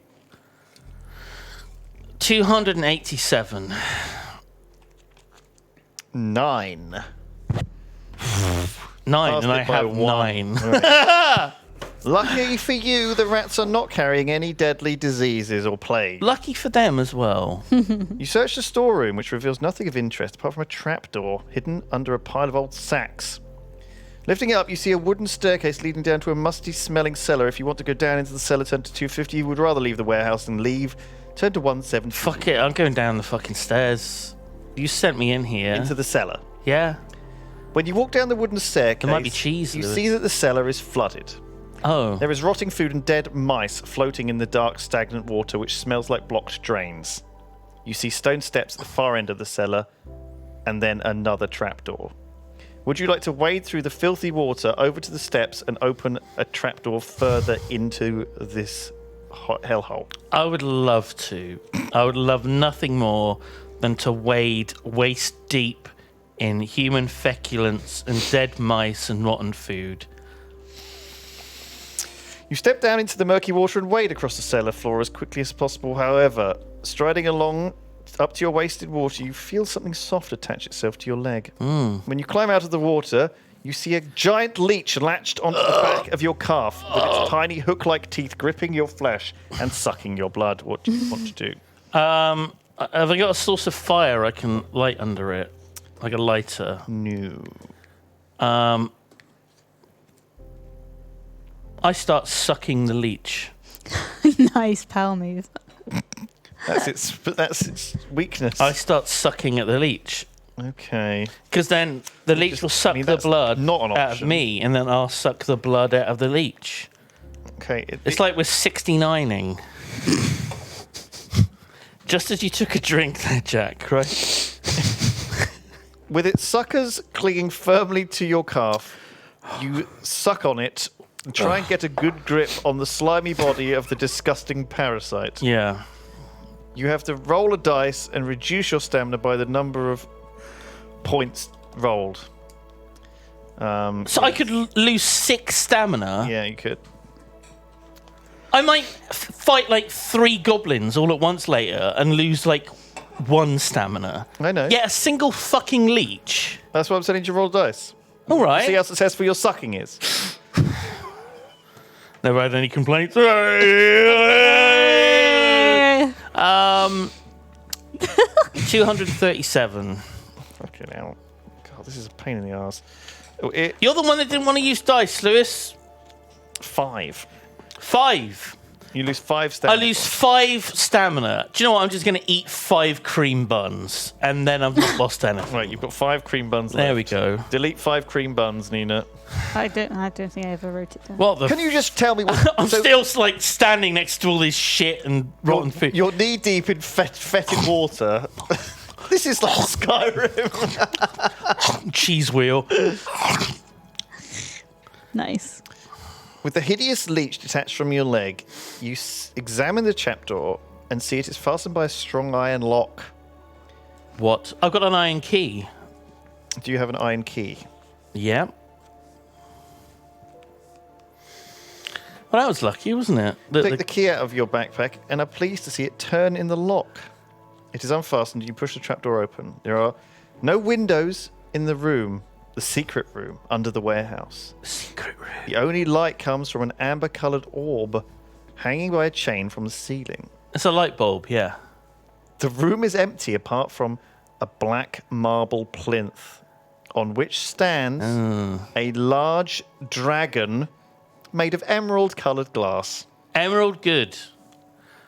You notice that the dragon has a gold amulet hanging from its neck Oh, on a gold chain. If you would like to take the amulet, turn to 71. If you would rather leave the room and go back to the warehouse, turn to 95. I take the amulet. Why would I not take the amulet? Like, what's the worst that could happen? As soon as you touch the emerald dragon, it comes alive, takes flight, and begins to circle the room at speed. It glides around on outstretched wings, which look red hot like molten glass and give off intense heat. That's a very good description. Good luck drawing a dragon. Oh, I'm not God. going to put much effort into it. The dragon spits out a cone of flame and swoops down to attack. Would you like to run away or draw your sword and fight the dragon? I can just run away. Yep. All right, I'll run away. Problem solved. Okay. You run down the steps and jump into the stagnant water, clutching the necklace. The emerald dragon swoops down and shoots out a cone of fiery breath Are you kidding me? Did I not close the fucking trapdoor down behind me? that scorches the back of your neck. Whatever. It's not Lose. sunburn. 2 stamina points. 2 stamina, right? Less than a leech. Do you wish to dive under the surface of the water No! to escape the dragon No, I don't! or turn and fight the dragon? I guess I'm fighting the fucking dragon now. Pretend that Oh my God, riding in the running chat. away thing was not very good. Do you remember that when you rode the dragon?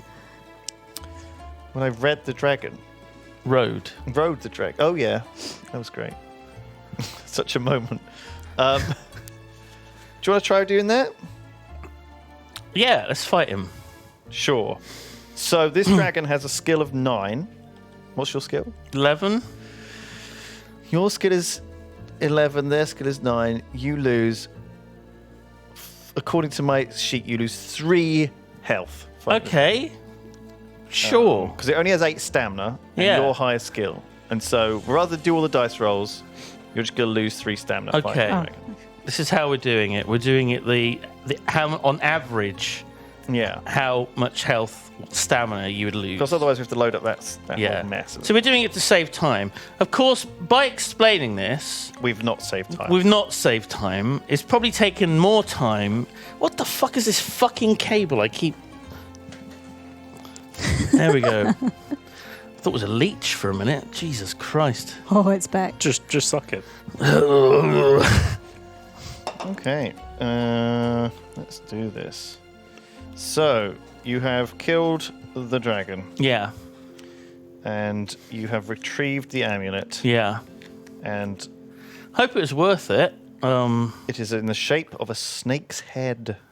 You slip the chain around your neck and wait to see if you can feel any magical power. Why would I do that? However, nothing happens, so you decide to leave the room I'm probably immune to poison, and return right? to the warehouse. Sure. As you're wading back out of the warehouse, your foot touches something solid on the floor. Yeah. Would you like to reach down into the black water to pick it up? Yeah. What are you do? Everything. You just putting your hand into every Yeah. hole available. Why not? It was just a bad hand with like the bloody stump of the missing finger. You Put that feel in, something shit. square and metallic and lift it out of the water. It is a money box containing 12 gold pieces. Oh yeah! Add 2 luck points. And 2 luck. Dang. You walk on and climb up the wooden steps PogChamp. to leave the warehouse. That is the last thing I expected, I've got to say. How- Everything's counterintuitive, isn't it? Okay. Okay, well. I can't believe that worked out. Okay. I told you I had a good feeling about the warehouse. I think someone mentioned a warehouse to me and I remembered it.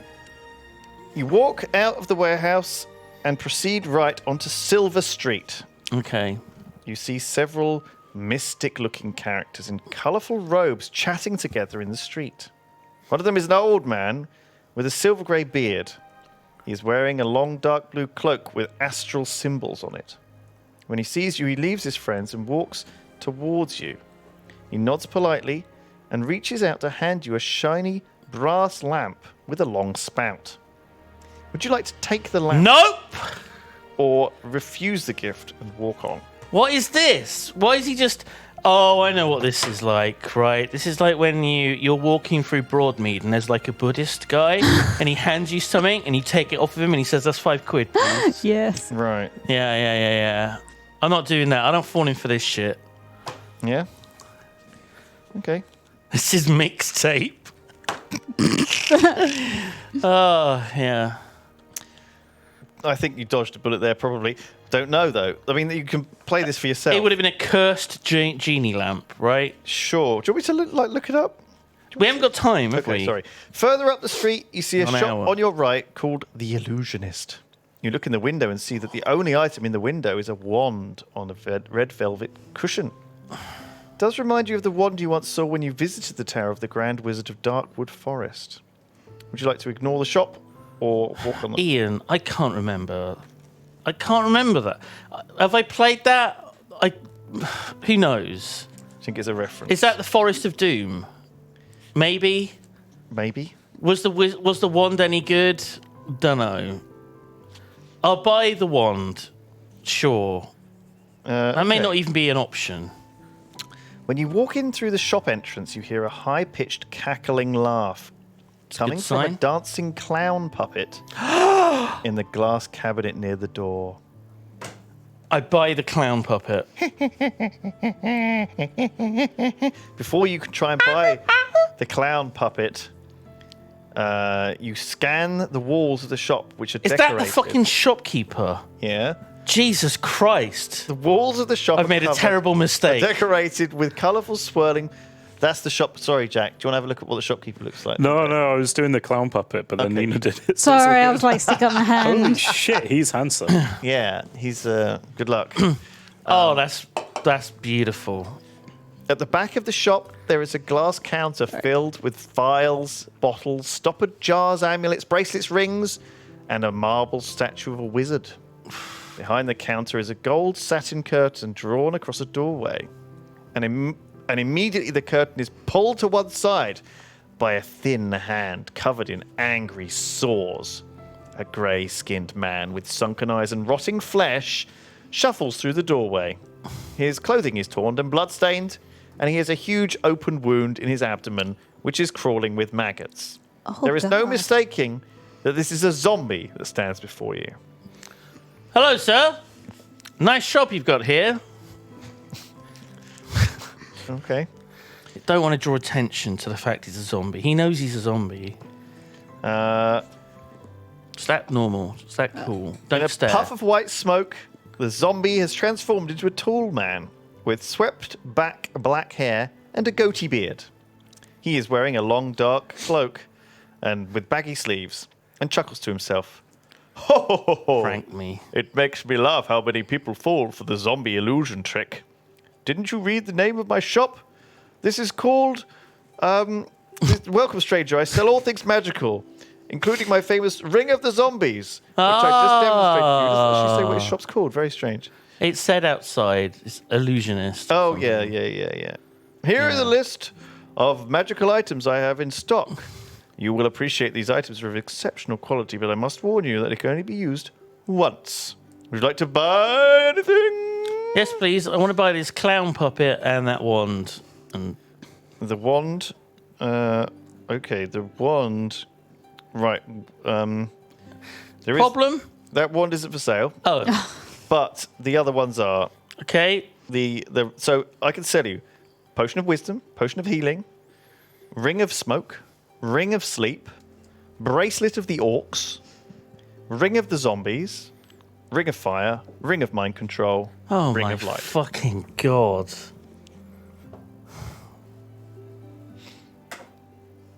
What do you feel?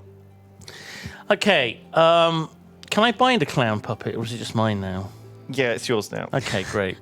It covers the fact that I've got a finger missing, I guess. Not useful. It'd be nice to get the ring of the zombies because we've already got him drawn. Yeah, let's get the zombie ring. I like healing that. potion and Yeah. whatever. I don't know. Potion of healing, ring of the zombies. Is any of these attracted? We might have to say, Ring when of smoke, ring of sleep, ring of fire, ring of mind control, ring of light. because basically it's going to be if you didn't get The right one. the ring of mind control, you're fucked. Don't worry. I want the ring of mind control. Okay, we'll buy the ring of mind Yeah. control, the And ring the of the zombie. zombies, Potion. the ring of potion of healing. Good stuff. Thank you for your custom. That turned out well, didn't it? And a clown puppet. Who's Oh my now god, gonna- look, it's nude, Lewis. Oh. That's disgusting. Hello, kids. Oh no. Okay. We're making progress. 212. They're dwarves, they're not actually kids. He's just confused. Okay. There is a dirty little shop further up Silver Street. Oh, The goods yeah. on display are dusty and look like they've been there for years. Is it a Swedish shop and is it closed? It's know a- what the signs it's a, say? It's a junk shop. Do you want Okay. to go into a gnome-run junk shop? No, I'm alright. He's bald. He has helmets, warhammers, swords. A sword has an etching of a serpent on the blade, actually. Oh, was it Games Workshop shop? No. Oh, I think it... There is a sword with a serpent on the blade. Remember, you've got a snake on the dragon amulet already. Right. Just thinking that might actually be a good idea. The problem is, I'm worried that if we just spend, Ages shopping. we're not going to finish. I've never seen so much shopping in a game before. Holy crap. Everyone, we're just buying stuff. I just want to find the fucking wizard man Okay, fine. and get a quest. All right, let's go and see if we can find the wizard man. And the whole point of these shops is that you need to collect the right items to be able to progress. And of course, you don't know Silver- what they are unless you've played it through Silver again. Street ends And you're supposed to play through at multiple times. Crossroads. You're at a crossroads. Okay. Blind Alley, Back Alley, or Hill Street? Hill Street.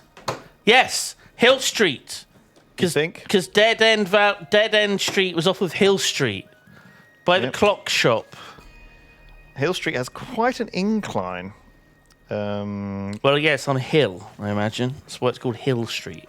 And there is a careening wagon rolling towards you.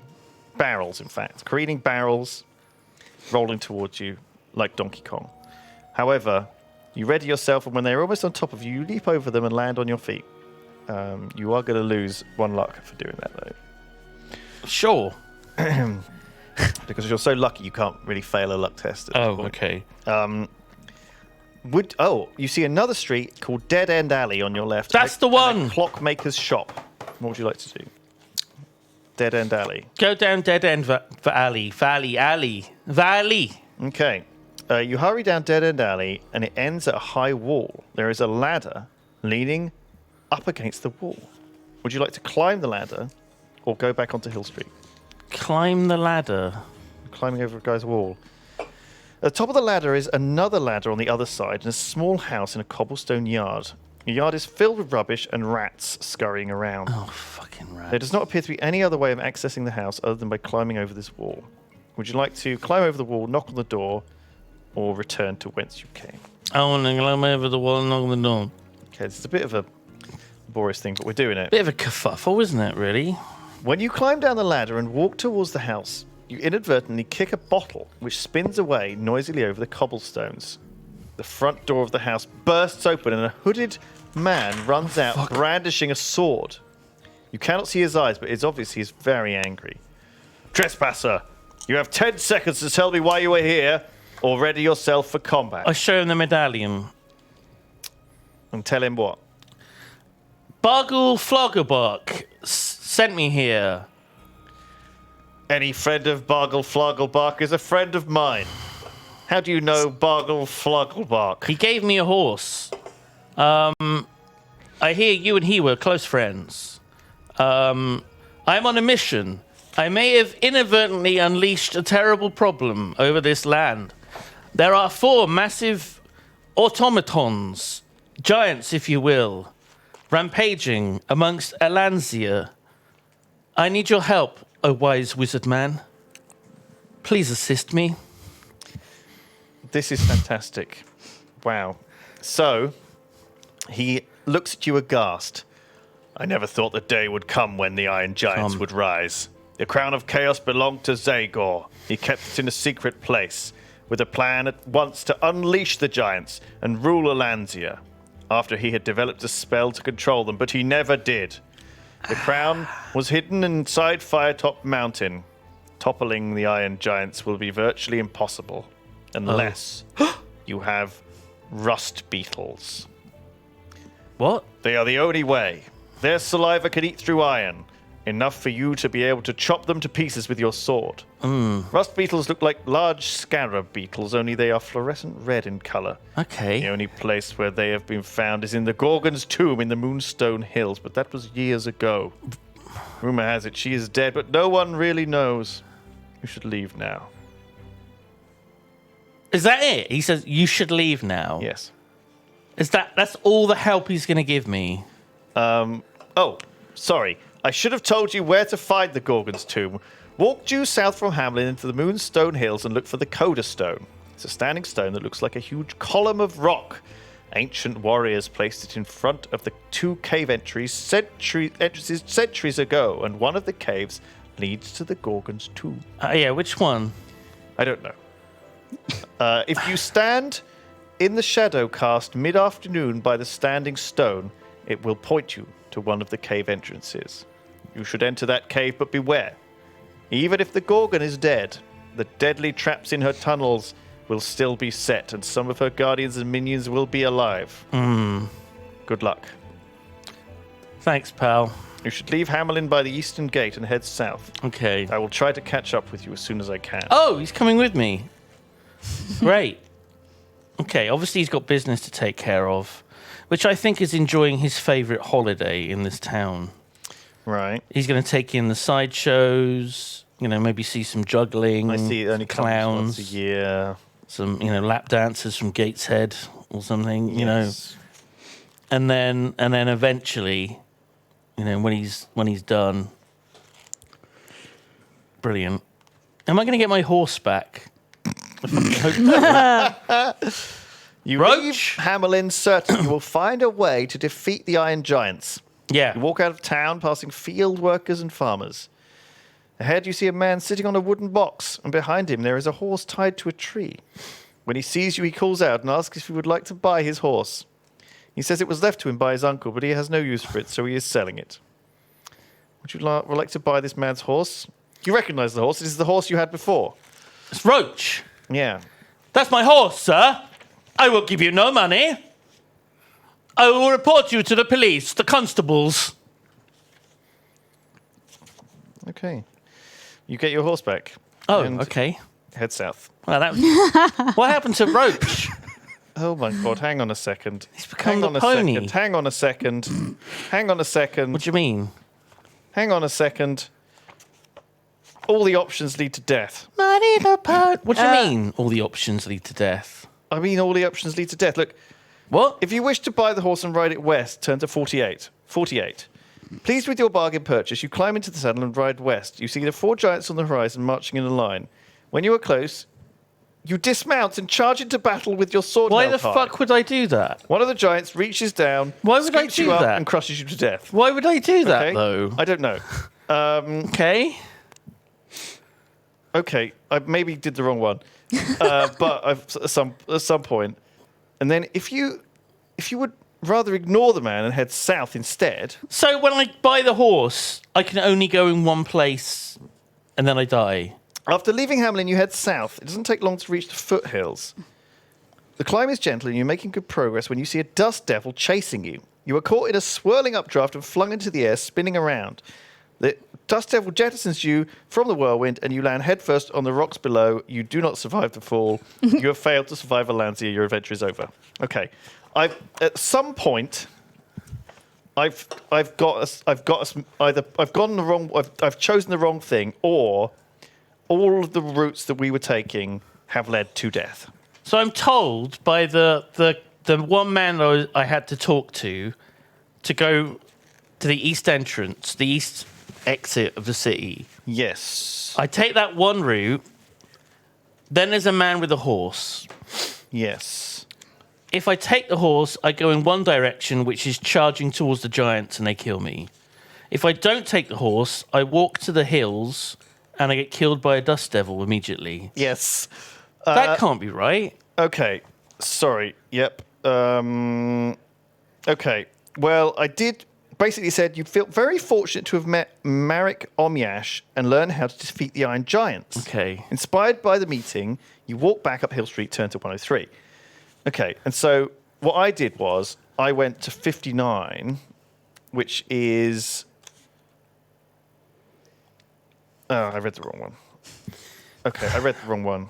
It looks like the one I read was the one which is you didn't get the information. You just left town. Okay. So you left town without having the Right, information. gotcha. Sorry, my bad. TJ, the music stopped. Could you put the music? You like music. Sorry, everyone. Put the music back on, please. Can you Thank draw you. a Gorgon, by the way? Because that will be in it at some point. Do what? A Gorgon. Who's the spider lady? She looks nice. Cracking rack on her. Look at them. What pair of milkers. Yes. That's Why not is one. she drawn like that? That's very. Okay. I'm not even joking. Well, There's a big I feel like titted you lady spoiled covered it a in little bit. spiders. Well, hopefully we'll meet her. Well, it's okay. So when you get to the top of Hill Street, it continues downhill all the way to the road out of town. Okay. Most Yeah. of the houses are in a poor state of repair. An old lady appears at one of the doorways, hunched over. She is wearing a black scarf over her head and an old cardigan riddled with holes. There's She spiders. says in a frail voice, Would you help an old lady move a cupboard? I'll give you a nice bowl of carrot soup for your trouble. I'm sorry, but I've recently come down with plague. I don't want to spread it to you. So Oh, you better keep 2 meters apart. I'd love to help you. You seem like a really nice old lady and not like a witch or a monster. okay. My friend's just behind me. Oh, He'll be a couple of all right. minutes, and See then ya. if you ask him, he'll help you. at the end of the street Nice chat. are a small group Take of care. people Love you. heckling a long-haired man standing on a barrel. He is wearing animal squins and has a Squin, and has a yeah. long blow. Jeez. He is shouting at the crowd, warning that Hamelin is going to be destroyed by iron giants. Yeah. Would you like to stop and speak to this man, or move on and leave Hamelin Oh, yes. immediately? It was me. I caused that. Sorry, Salsa. My bad.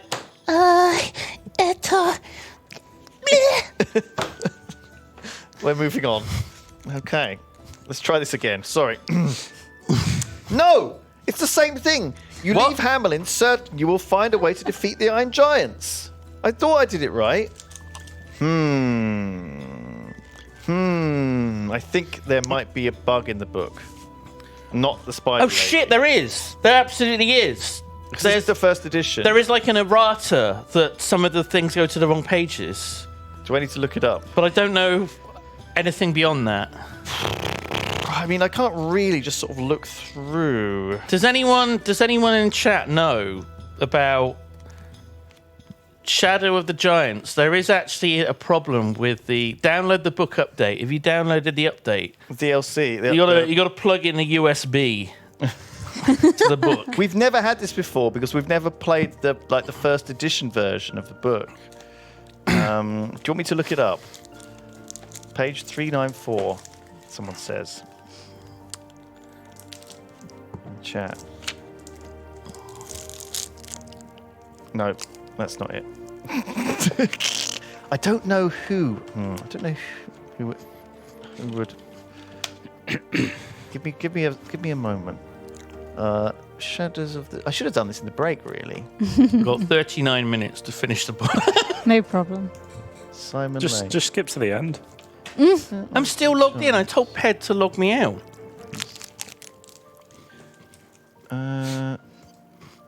Right. There's a few things. Errors. Oh my god. Oh, that's some lip smacking.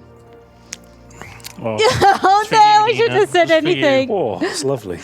So moist. Page 404 not found. Okay. no, look, it leads me back to a place where I leave the town not knowing what to do, which is very sort of strange. Which I'm sort of confused by. Okay. You need to talk to the man who's explaining to the crowd about the Iron Giants. Right, do I? I guess. But be aware of all those errors that were listed. Yeah, they're only minor errors. Okay. Right, guys. Just give me a sec, and I will scroll through this book until I see the word Gorgon. Why did you pause, champ? Pause, champ. Oh, sorry, champ. Sorry, champ. All right. Well, maybe if I listen to the man, he'll do something, right? Yeah. The man who's yelling about things going wrong. Okay. Was this the guy that's standing on a barrel? Yes. All right. There's a guy on a barrel, and we're going to just tell him that we did it. Was that the plan, Simon? Do any of those numbers people are saying in the chat make any... They're just typing random numbers. Look, David's board has been sub for 3 years, right? He wouldn't be lying. While listening to the man speak, you sense someone is trying to open your backpack. They're stealing my fucking cream buns. Would you like to talk to the man, even though you decide it's not worth the effort to chase after her? Okay. Would you like to try and talk to the man privately? This is weird. This has gone weird. This is what happens. You want me to sometimes. privately talk to the barrel man? Yeah. Have I Okay. just let that lady steal something? His name is Willard Honk, but you can call me Goose. Most of my Honk, friends Goose. call me Goose. I'm a ranger with a long bow and a long nose. Talk to me, Goose. So you can't carry on without Goose. Okay. Is this what we're finding? You tell Goose that you are shocked to hear that Stonebridge has been destroyed, Oh. and tell him everything that has happened to you since the Iron Giants rose up. You explain that you are now on a mission to find rust beetles in the Gorgon's tomb, Yeah. and then face the Iron Giants. Okay, so Goose, would you like to invite Goose on your quest? Yes. Because that's the only way to proceed. Have you drawn him? Okay, excellent stuff. I think we might have to, we got half an hour or so. We could always finish the other half in a year's time, right? We'll remember. I don't know if we're Where we- that far away. I think we'll do the Gorgon's tomb, and then we'll see what else we have to do. Okay. So I don't think it's too bad. So, Just perch him on the shoulder. yeah. I think we can just proceed onwards. All right. So, 11. We're going to 11, and we're hoping... 11? You push on into the hills, with Goose keeping you entertained, recounting his many adventures. The trek is tiring and thirsty work. The hours pass, and it's mid-afternoon by the time you finally arrive at the entrance to 2 caves. This is it. Ah, Thank God. late in the afternoon. Perfect. There is a column of rock at least 4 meters high in front of the caves. You notice that the shadow cast by the standing stone points towards the entrance on the right. The right. Which cave shall we enter? The right. Says Goose. Would you like to enter the cave on your right? Mark Holmes is in the chat. Turn to 216. What a... Uh-oh. Oh, no. Nina's been drawing breasts all weird. You Whoa, you can't just say that. So- it's not so- very PC. What have you just drawn, Jack? It's the Caves. the column. What have It's- you- the column and the caves. Simon. Kind of looks...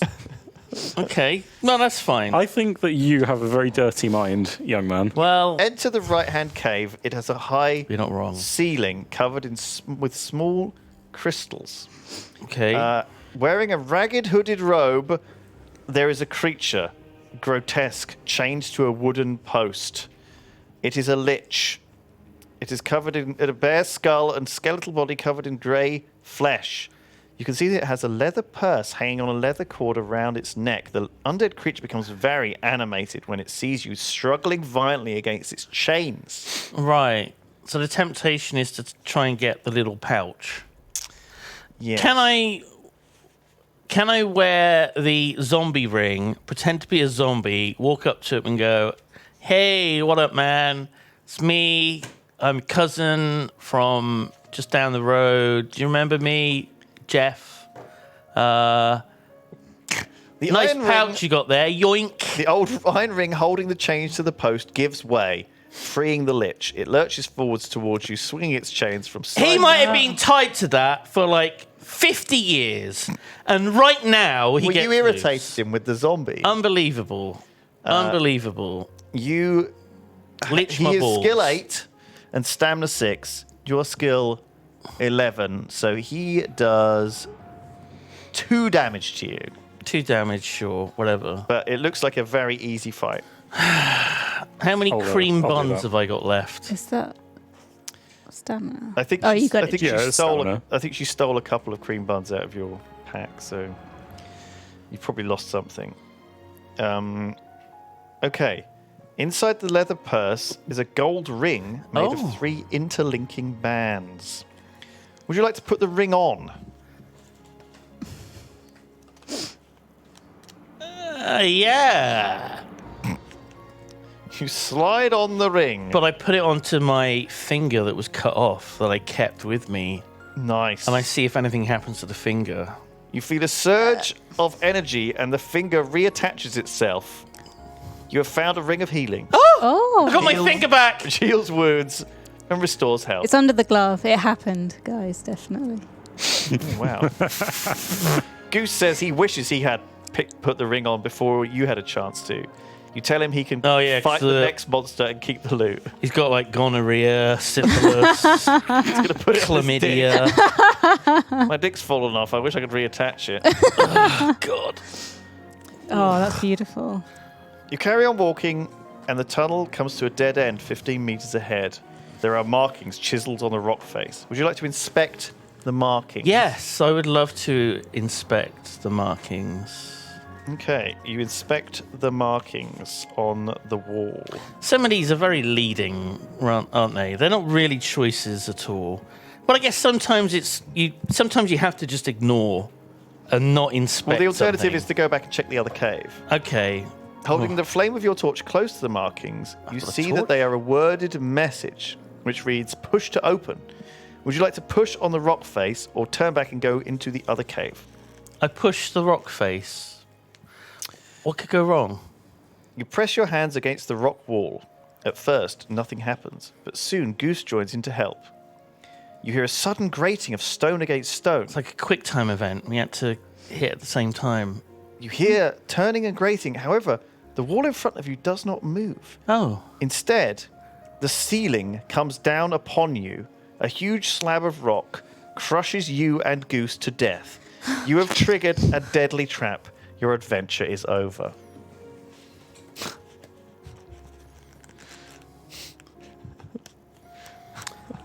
Well, thank you for watching Fighting Fantasy, Jingle Jam. Donate to the bundle, jinglejam.tiltify.com. £35, you get £1,000 worth of games, over 85 games. All the money goes to charity. It shows the list of all the charities. There's so many, all doing good work. I open my eyes. I just had a vision of what would happen if I pushed on the cliff, the cave wall. Thankfully, I didn't, because I had the foresight to avoid that. Yep. What are you doing? I'm backtracking. I'm running all the way back. Okay. Turn to 194. So you're going to go in the other cave, are I'm you? back in Hamelin talking to a vendor. You enter the other cave. I've still got those flowers. What am I going to do with those blue orchids? It's not long before you arrive at Four-Way Junction. Would you like to go left, right, or straight on in this other cave? That is insane, by the way, but... Okay. If you- Left. Okay, I'm fine. going left. Let me make a note of the page we are at, Yeah, in case. that might be a good idea. Okay, I'll just give you a Do you want to clue. say it out loud? The Or, oh, you're page writing we it are down. at is 194. 194, chat. So on writ- the he's written it left-hand down. side, you have a peak. I'll give you a little peek. It gets steeper, Peepers. and there's You think it's going to be like you can hear rumbling from left. Okay, rumbling, steep drop. Anything else good? The right, There's like a howling. skittering sound. Oh, howling to On the the right. right, yep. Okay, that sounds good. And straight ahead Howling, yeah. is Spider lady with big tits. smoky. Hello there, big boy. What do you make of these? Smoky. And she just hands me spiders. Smoky. What do you think? What do you want to do? Howling. Check out the howling. Sure. As you Check get out the furries. further along, you hear louder and louder. You cup your ear, and howling gets louder and Yep. louder. Would you like to return or not? Would you like to go back the tunnel No. and turn the other way? I'm gonna keep going. You will fight whatever comes, will you? Whatever comes. Good lord. Okay. There's an illustration on that page. It is the most terrifying thing you've ever seen. Mike McCarthy It with looks his like illustrations. Diablo mixed with Cthulhu. Okay. Good luck. Good luck drawing that. Good look. Can I It's called a screaming demon. a screaming demon? Okay, I've met a few of You those. draw your sword in readiness, and Goose notches his bow. Spine-chilling screams and howling gets louder and louder and is absolutely deafening by the time a hideous creature Okay. comes into view. I ring the bell. Flying towards you at speed is a screaming demon, a huge ghost-like undead creature which fills the passageway with its billowing grey shroud. Okay.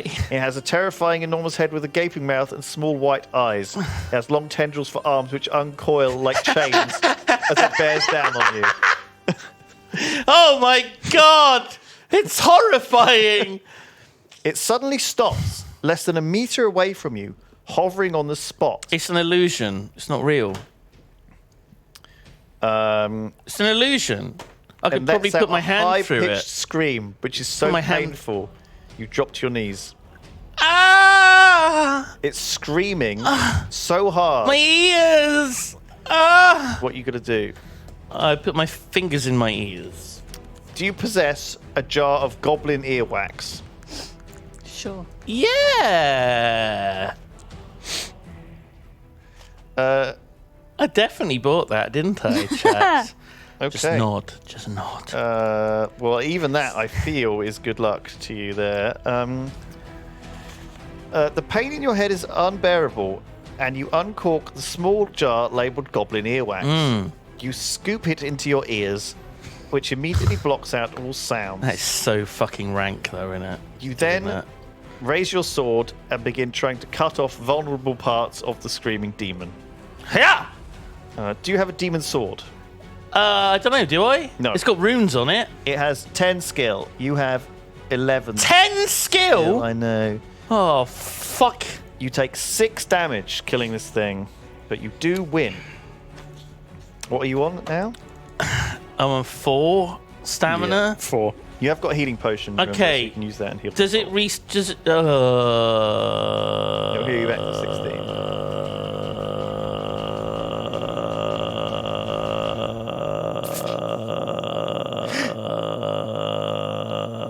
Yeah, okay, I used a healing potion. All right. Back up to stuff. 16, sure.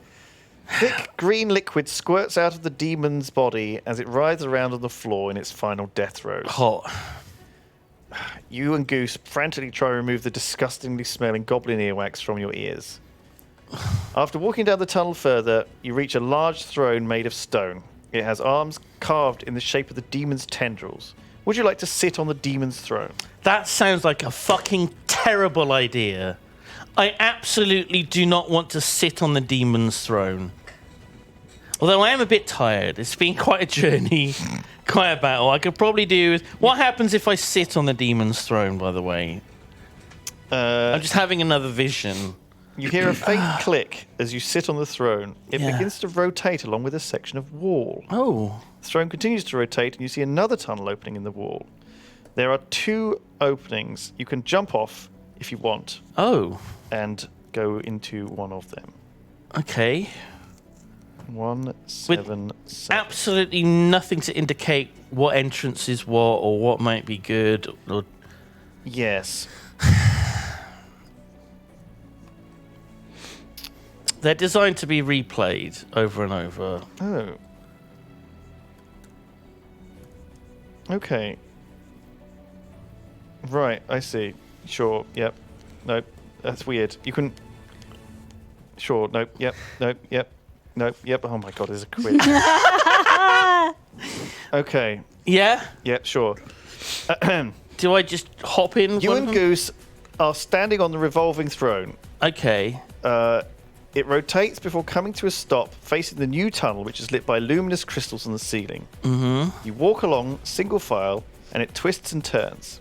At one point, you pass a human skeleton wearing armor.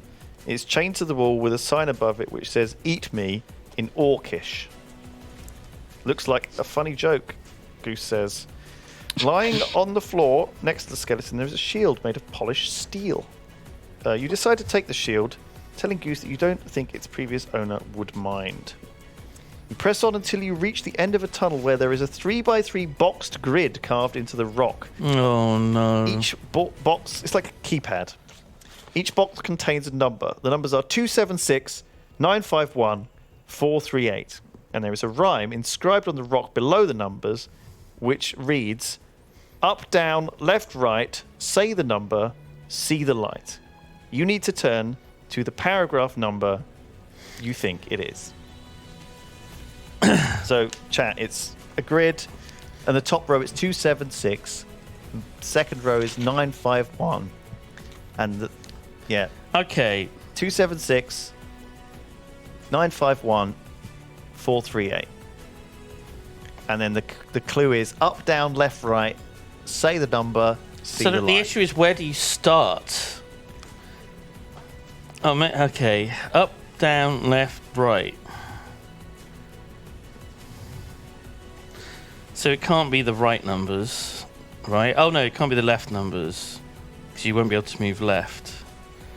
And bear in And it mind, can't be the top numbers. there is no 4-digit codes in the book. Okay, and you go to the page, which means it can't start with 7 or 6. It can't start with 5, right? No. So it has to be 1. Oh wait, but it's 4 numbers up. So it'd be 183. Anyone in chat? What? See what happen. See what happens if you go to what 183. See what 183 is. 183. Amaric thanks you for buying a sword and says, "This is a very fine weapon." It's not that. It's not that. That's it. I got the sword that I need. Yay! Chat thinks Dr. Simon Clark says it's 15. How did you work that out, Simon? How did you do it? As soon as you shout the number 15, a large hole appears in the wall covered by a curtain of shimmering pale white light. It's large enough for you to climb through, and you waste no time in stepping through. Thank God Simon Clark was in chat. How did he even know that? All the numbers in the columns all add up to 15. Do they? Up, down, left, right. So what's the fucking up, down, left? Up. Oh, right. Oh, up, it's like a Sudoku. down, and left, right, all add up to the right. Right, well done, Simon. So it's not based on moving. Very smart, chat. Well done, everyone. Okay. Chat figured that out. Okay. So, you step through, and you find yourself in a cross tunnel. Left are a row of dragon heads carved in stone, and plumes of smoke are drifting from their nostrils. Okay, seems good. Turn to 276. Yes, basically, what's happening is there is a pit. Goose drops a stone into the dark depths of a pit. Oh, it says there's rows of dragon heads on the wall. Okay, they're just decorative. Yeah, there's no dragons in here. Okay, you follow the tunnel down to a pit. It's not very wide across, and with a running jump, you jump over it. However, you hear sickly gurgling sounds echoing down the tunnel.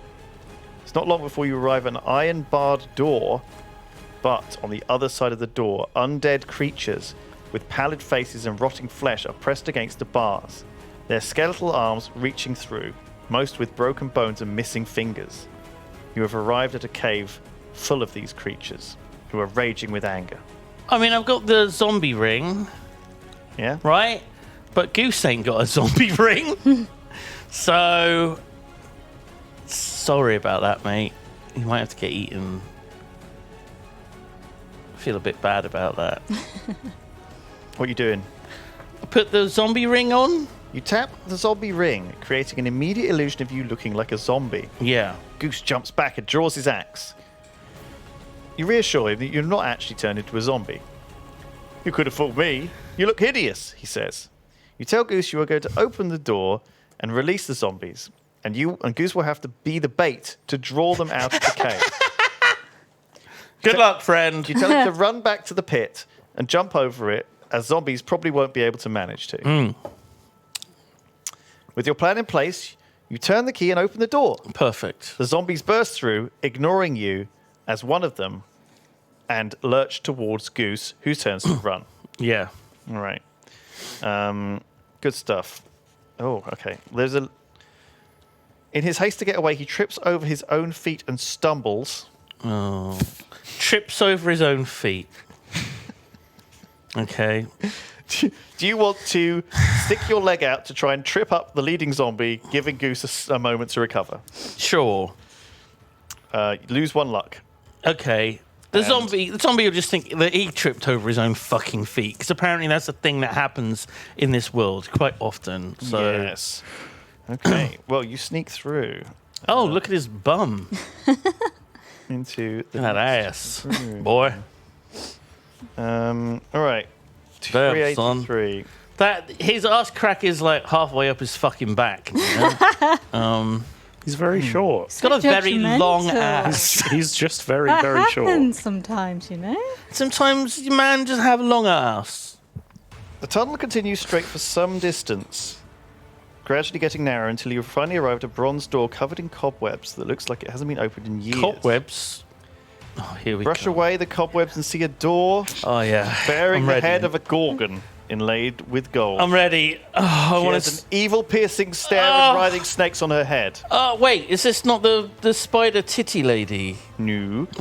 When you try to open the door, it has a lock made of gold. Do you have a gold key? I don't have a gold key. No. Do you have a pick lock? Yes. Well, a lock pick. Well, let's try that then. Wonderful. Give it to me, says Goose. I can open pick locks without a key. We reached the goal. Look. Over there. Way over. Oh my god, we reached the goal. 100%. We did it, everyone. We did it. Okay. Congratulations. Thank you. Thank you, chat. You watch him poke the pick lock into the keyhole, listening intently while turning it from side to side. Eventually, there is a sharp click as the lock turns. I'm amazed that you managed to do this. Okay. Goose looks pleased with himself, but his face quickly turns sour when he discovers that the pick lock has broken. Is that his Can't nose? Use it again. Oh, he does have a long nose. Okay. Oh my gosh. There is a giant two-headed cobra in here. Just FYI. That's fine. I've got the spider thing. Not the spider thing. The snake thing, right? From the dragon? Little dragon or something? You push the bronze door open and enter a plush chamber with a polished black marble floor. There are floor-to-ceiling stone columns carved in the shape of snakes. Every surface of the chamber is covered in burning white candles set in golden candlesticks. That's a fire hazard. Hissing Ryoshi. sounds reveal a 10-meter-long snake with 2 enormous heads. Long, forked tongues dart in and out of its mouths as it slithers towards you. By the hammer of Gillibrand, it's Cobrax! Cobrax! You yell. One bite from the snake lord, and we'll be dead meat! It's Cobrax! Oh no! Legendary Snake Lord. If you were fighting with a serpent sword, add 2 to your attack strength. Nope. Okay. Have I not got the serpent, the snake ring, or the snake necklace, or something? That's not, I think, Are any help. you fucking kidding me? If it's not going to be helpful when faced with a giant snake, then when is it going to be helpful?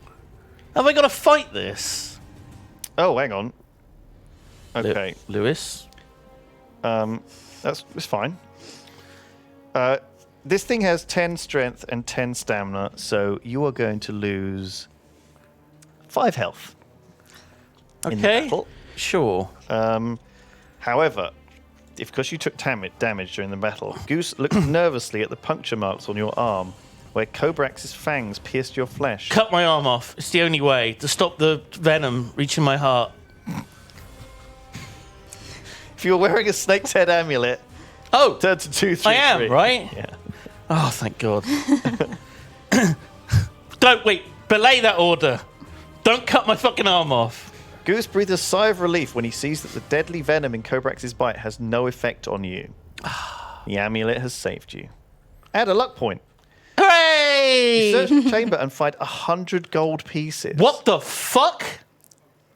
Which you split with Goose, who can hardly believe his luck. Oh, my God.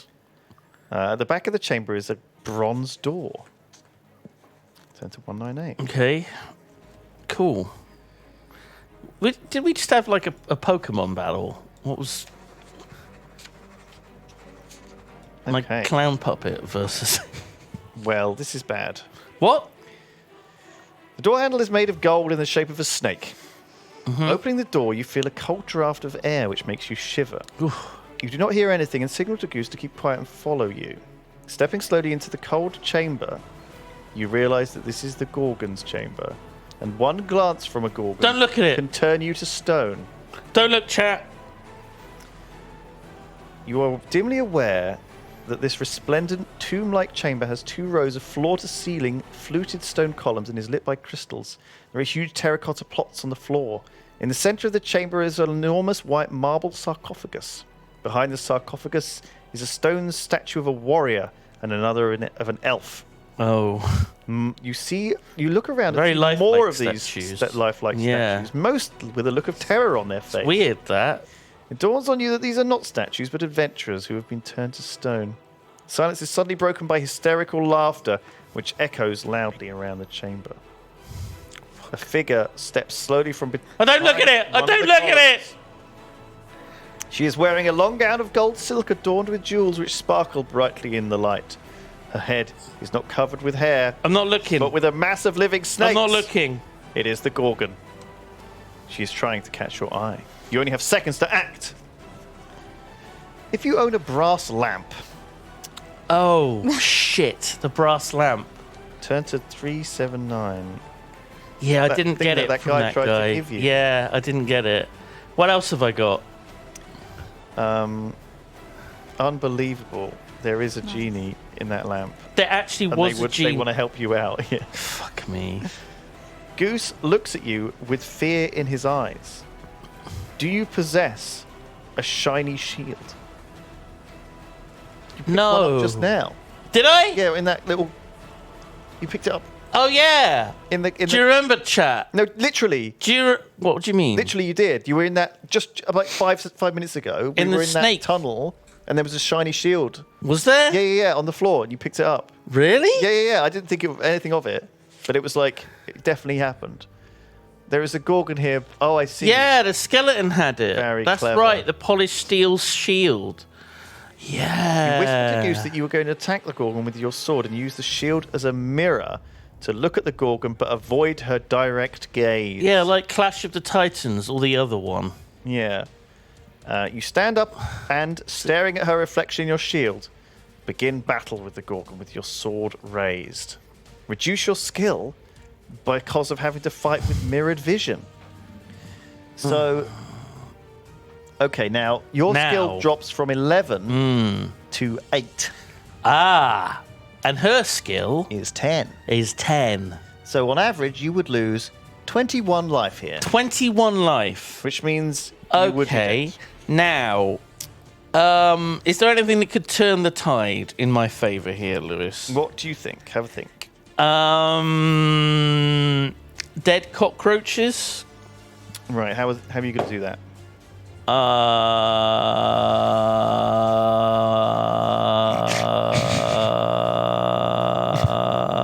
Oh my god, he's broken again. Restart him. Don't worry, you got Goose. I got Goose. Oh, and he reduces her life, so you won't die as quick. Are you sure? Are you making this up, or is In it? the heat of battle, you don't even see Goose's arrows flying past your head. One arrow hits the Gorgon in the shoulder, and another hits her squarely in the neck. The Gorgon freezes momentarily, and Goose tells you to strike. You seize the chance to finish her off, and with a mighty blow, send her tumbling to the floor, with hideous snakes still writhing around on her head. One by one, you chop them all off. There are 18 in total. Oh my god. Okay. Okay. Is it the snakes that turn you to stone? Because I thought it was her eyes. And the snakes are just there for, like, friends. Well, this is great. You It's the found Gorgon thing. what you were looking for in the Gorgon's tomb. One of the terracotta pots contains a colony of large red rust beetles. Ah! You fill 2 wooden boxes with the beetles, emptying out the dead cockroaches, I assume. Yeah. Giving one to Goose and putting one in your backpack. Walking back to the bronze door, you find it is still locked, but walk around the chamber looking for a way out. Okay. Eventually you figure that you can't escape. You're trapped here forever. What if I use one of the fucking bugs on the fucking door to turn it to rust and then knock it down with my sword? Great suggestion. Let's just say that's what happened. Like, why wouldn't you try that? Wasn't the door made of wood? It's or brass. Bronze. Fuck. Not iron. Yeah. But bronze does rust. Oh, it's all right. Marek Omyash has finally turned up. Marek! Oh, my dear friend! However, he immediately dies. What do you mean? Well, he's dead. What? He opened the door, but I think he was injured on the way. He fell into some trap or something. Yeah, look, he has 3 darts in his back. He's dead. That's fine. Okay. Well, he was helpful. Thanks, sir. Should we take the body and bury him next to his wife? I've still got the Sure. flowers. I can put the flowers on his grave. Sure. Well, I think we've done it. Yeah. I think we need to play the victory music, and then you tell me how you deliver the rust beetles subtly to the giant iron golems. I head back to the town of Hamlin, or nearby, the countryside of Alanzia, where there are 4 very large iron robot lads stomping around. Just, their feet crashing down on houses. They're kicking cows around. Off they go. And I have, what are they called? A catapult. And I load in The bugs from a one distance. bug, and I aim it at one of the giants, David and Goliath style. And I do that 4 times, and they go splat against the. And they, yeah, okay. Well, maybe I attach some padding to them so they sort of don't splat when they hit Like the a little side. parachute. Yeah. Bless you, Nina. Yeah, Thank you. chat's blessing you. Thanks.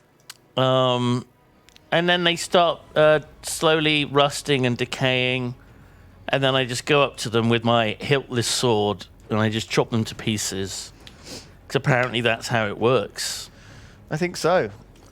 And Saved. they drop iron ingots and some roses. Yeah. That's So that's what they drop. There we go. We did it. We did our Fighting Fantasy stream. Thank you, Jack. Thank you, Nina. That's all Thank right. you, Simon. Thank Coming you, up Lewis. next is the Ardman crafting stream. I don't know what to expect, but it should be good fun. Very wholesome, very very enjoy, very like.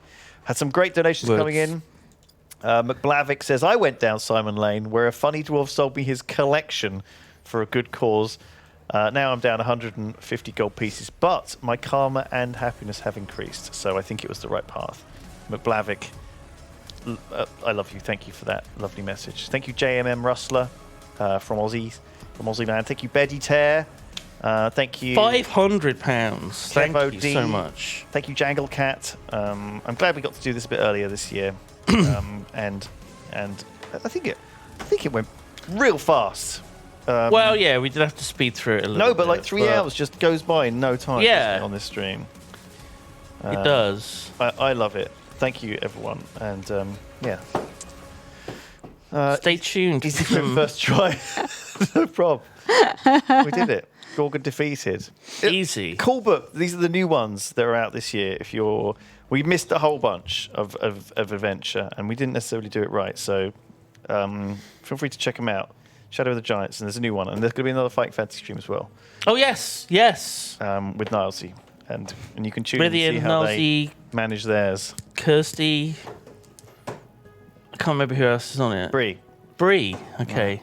Thank you, everyone, and take 5, get yourself a sandwich, and join us for crafting, and then later CS:GO. Thank you. Thank you. Bye bye.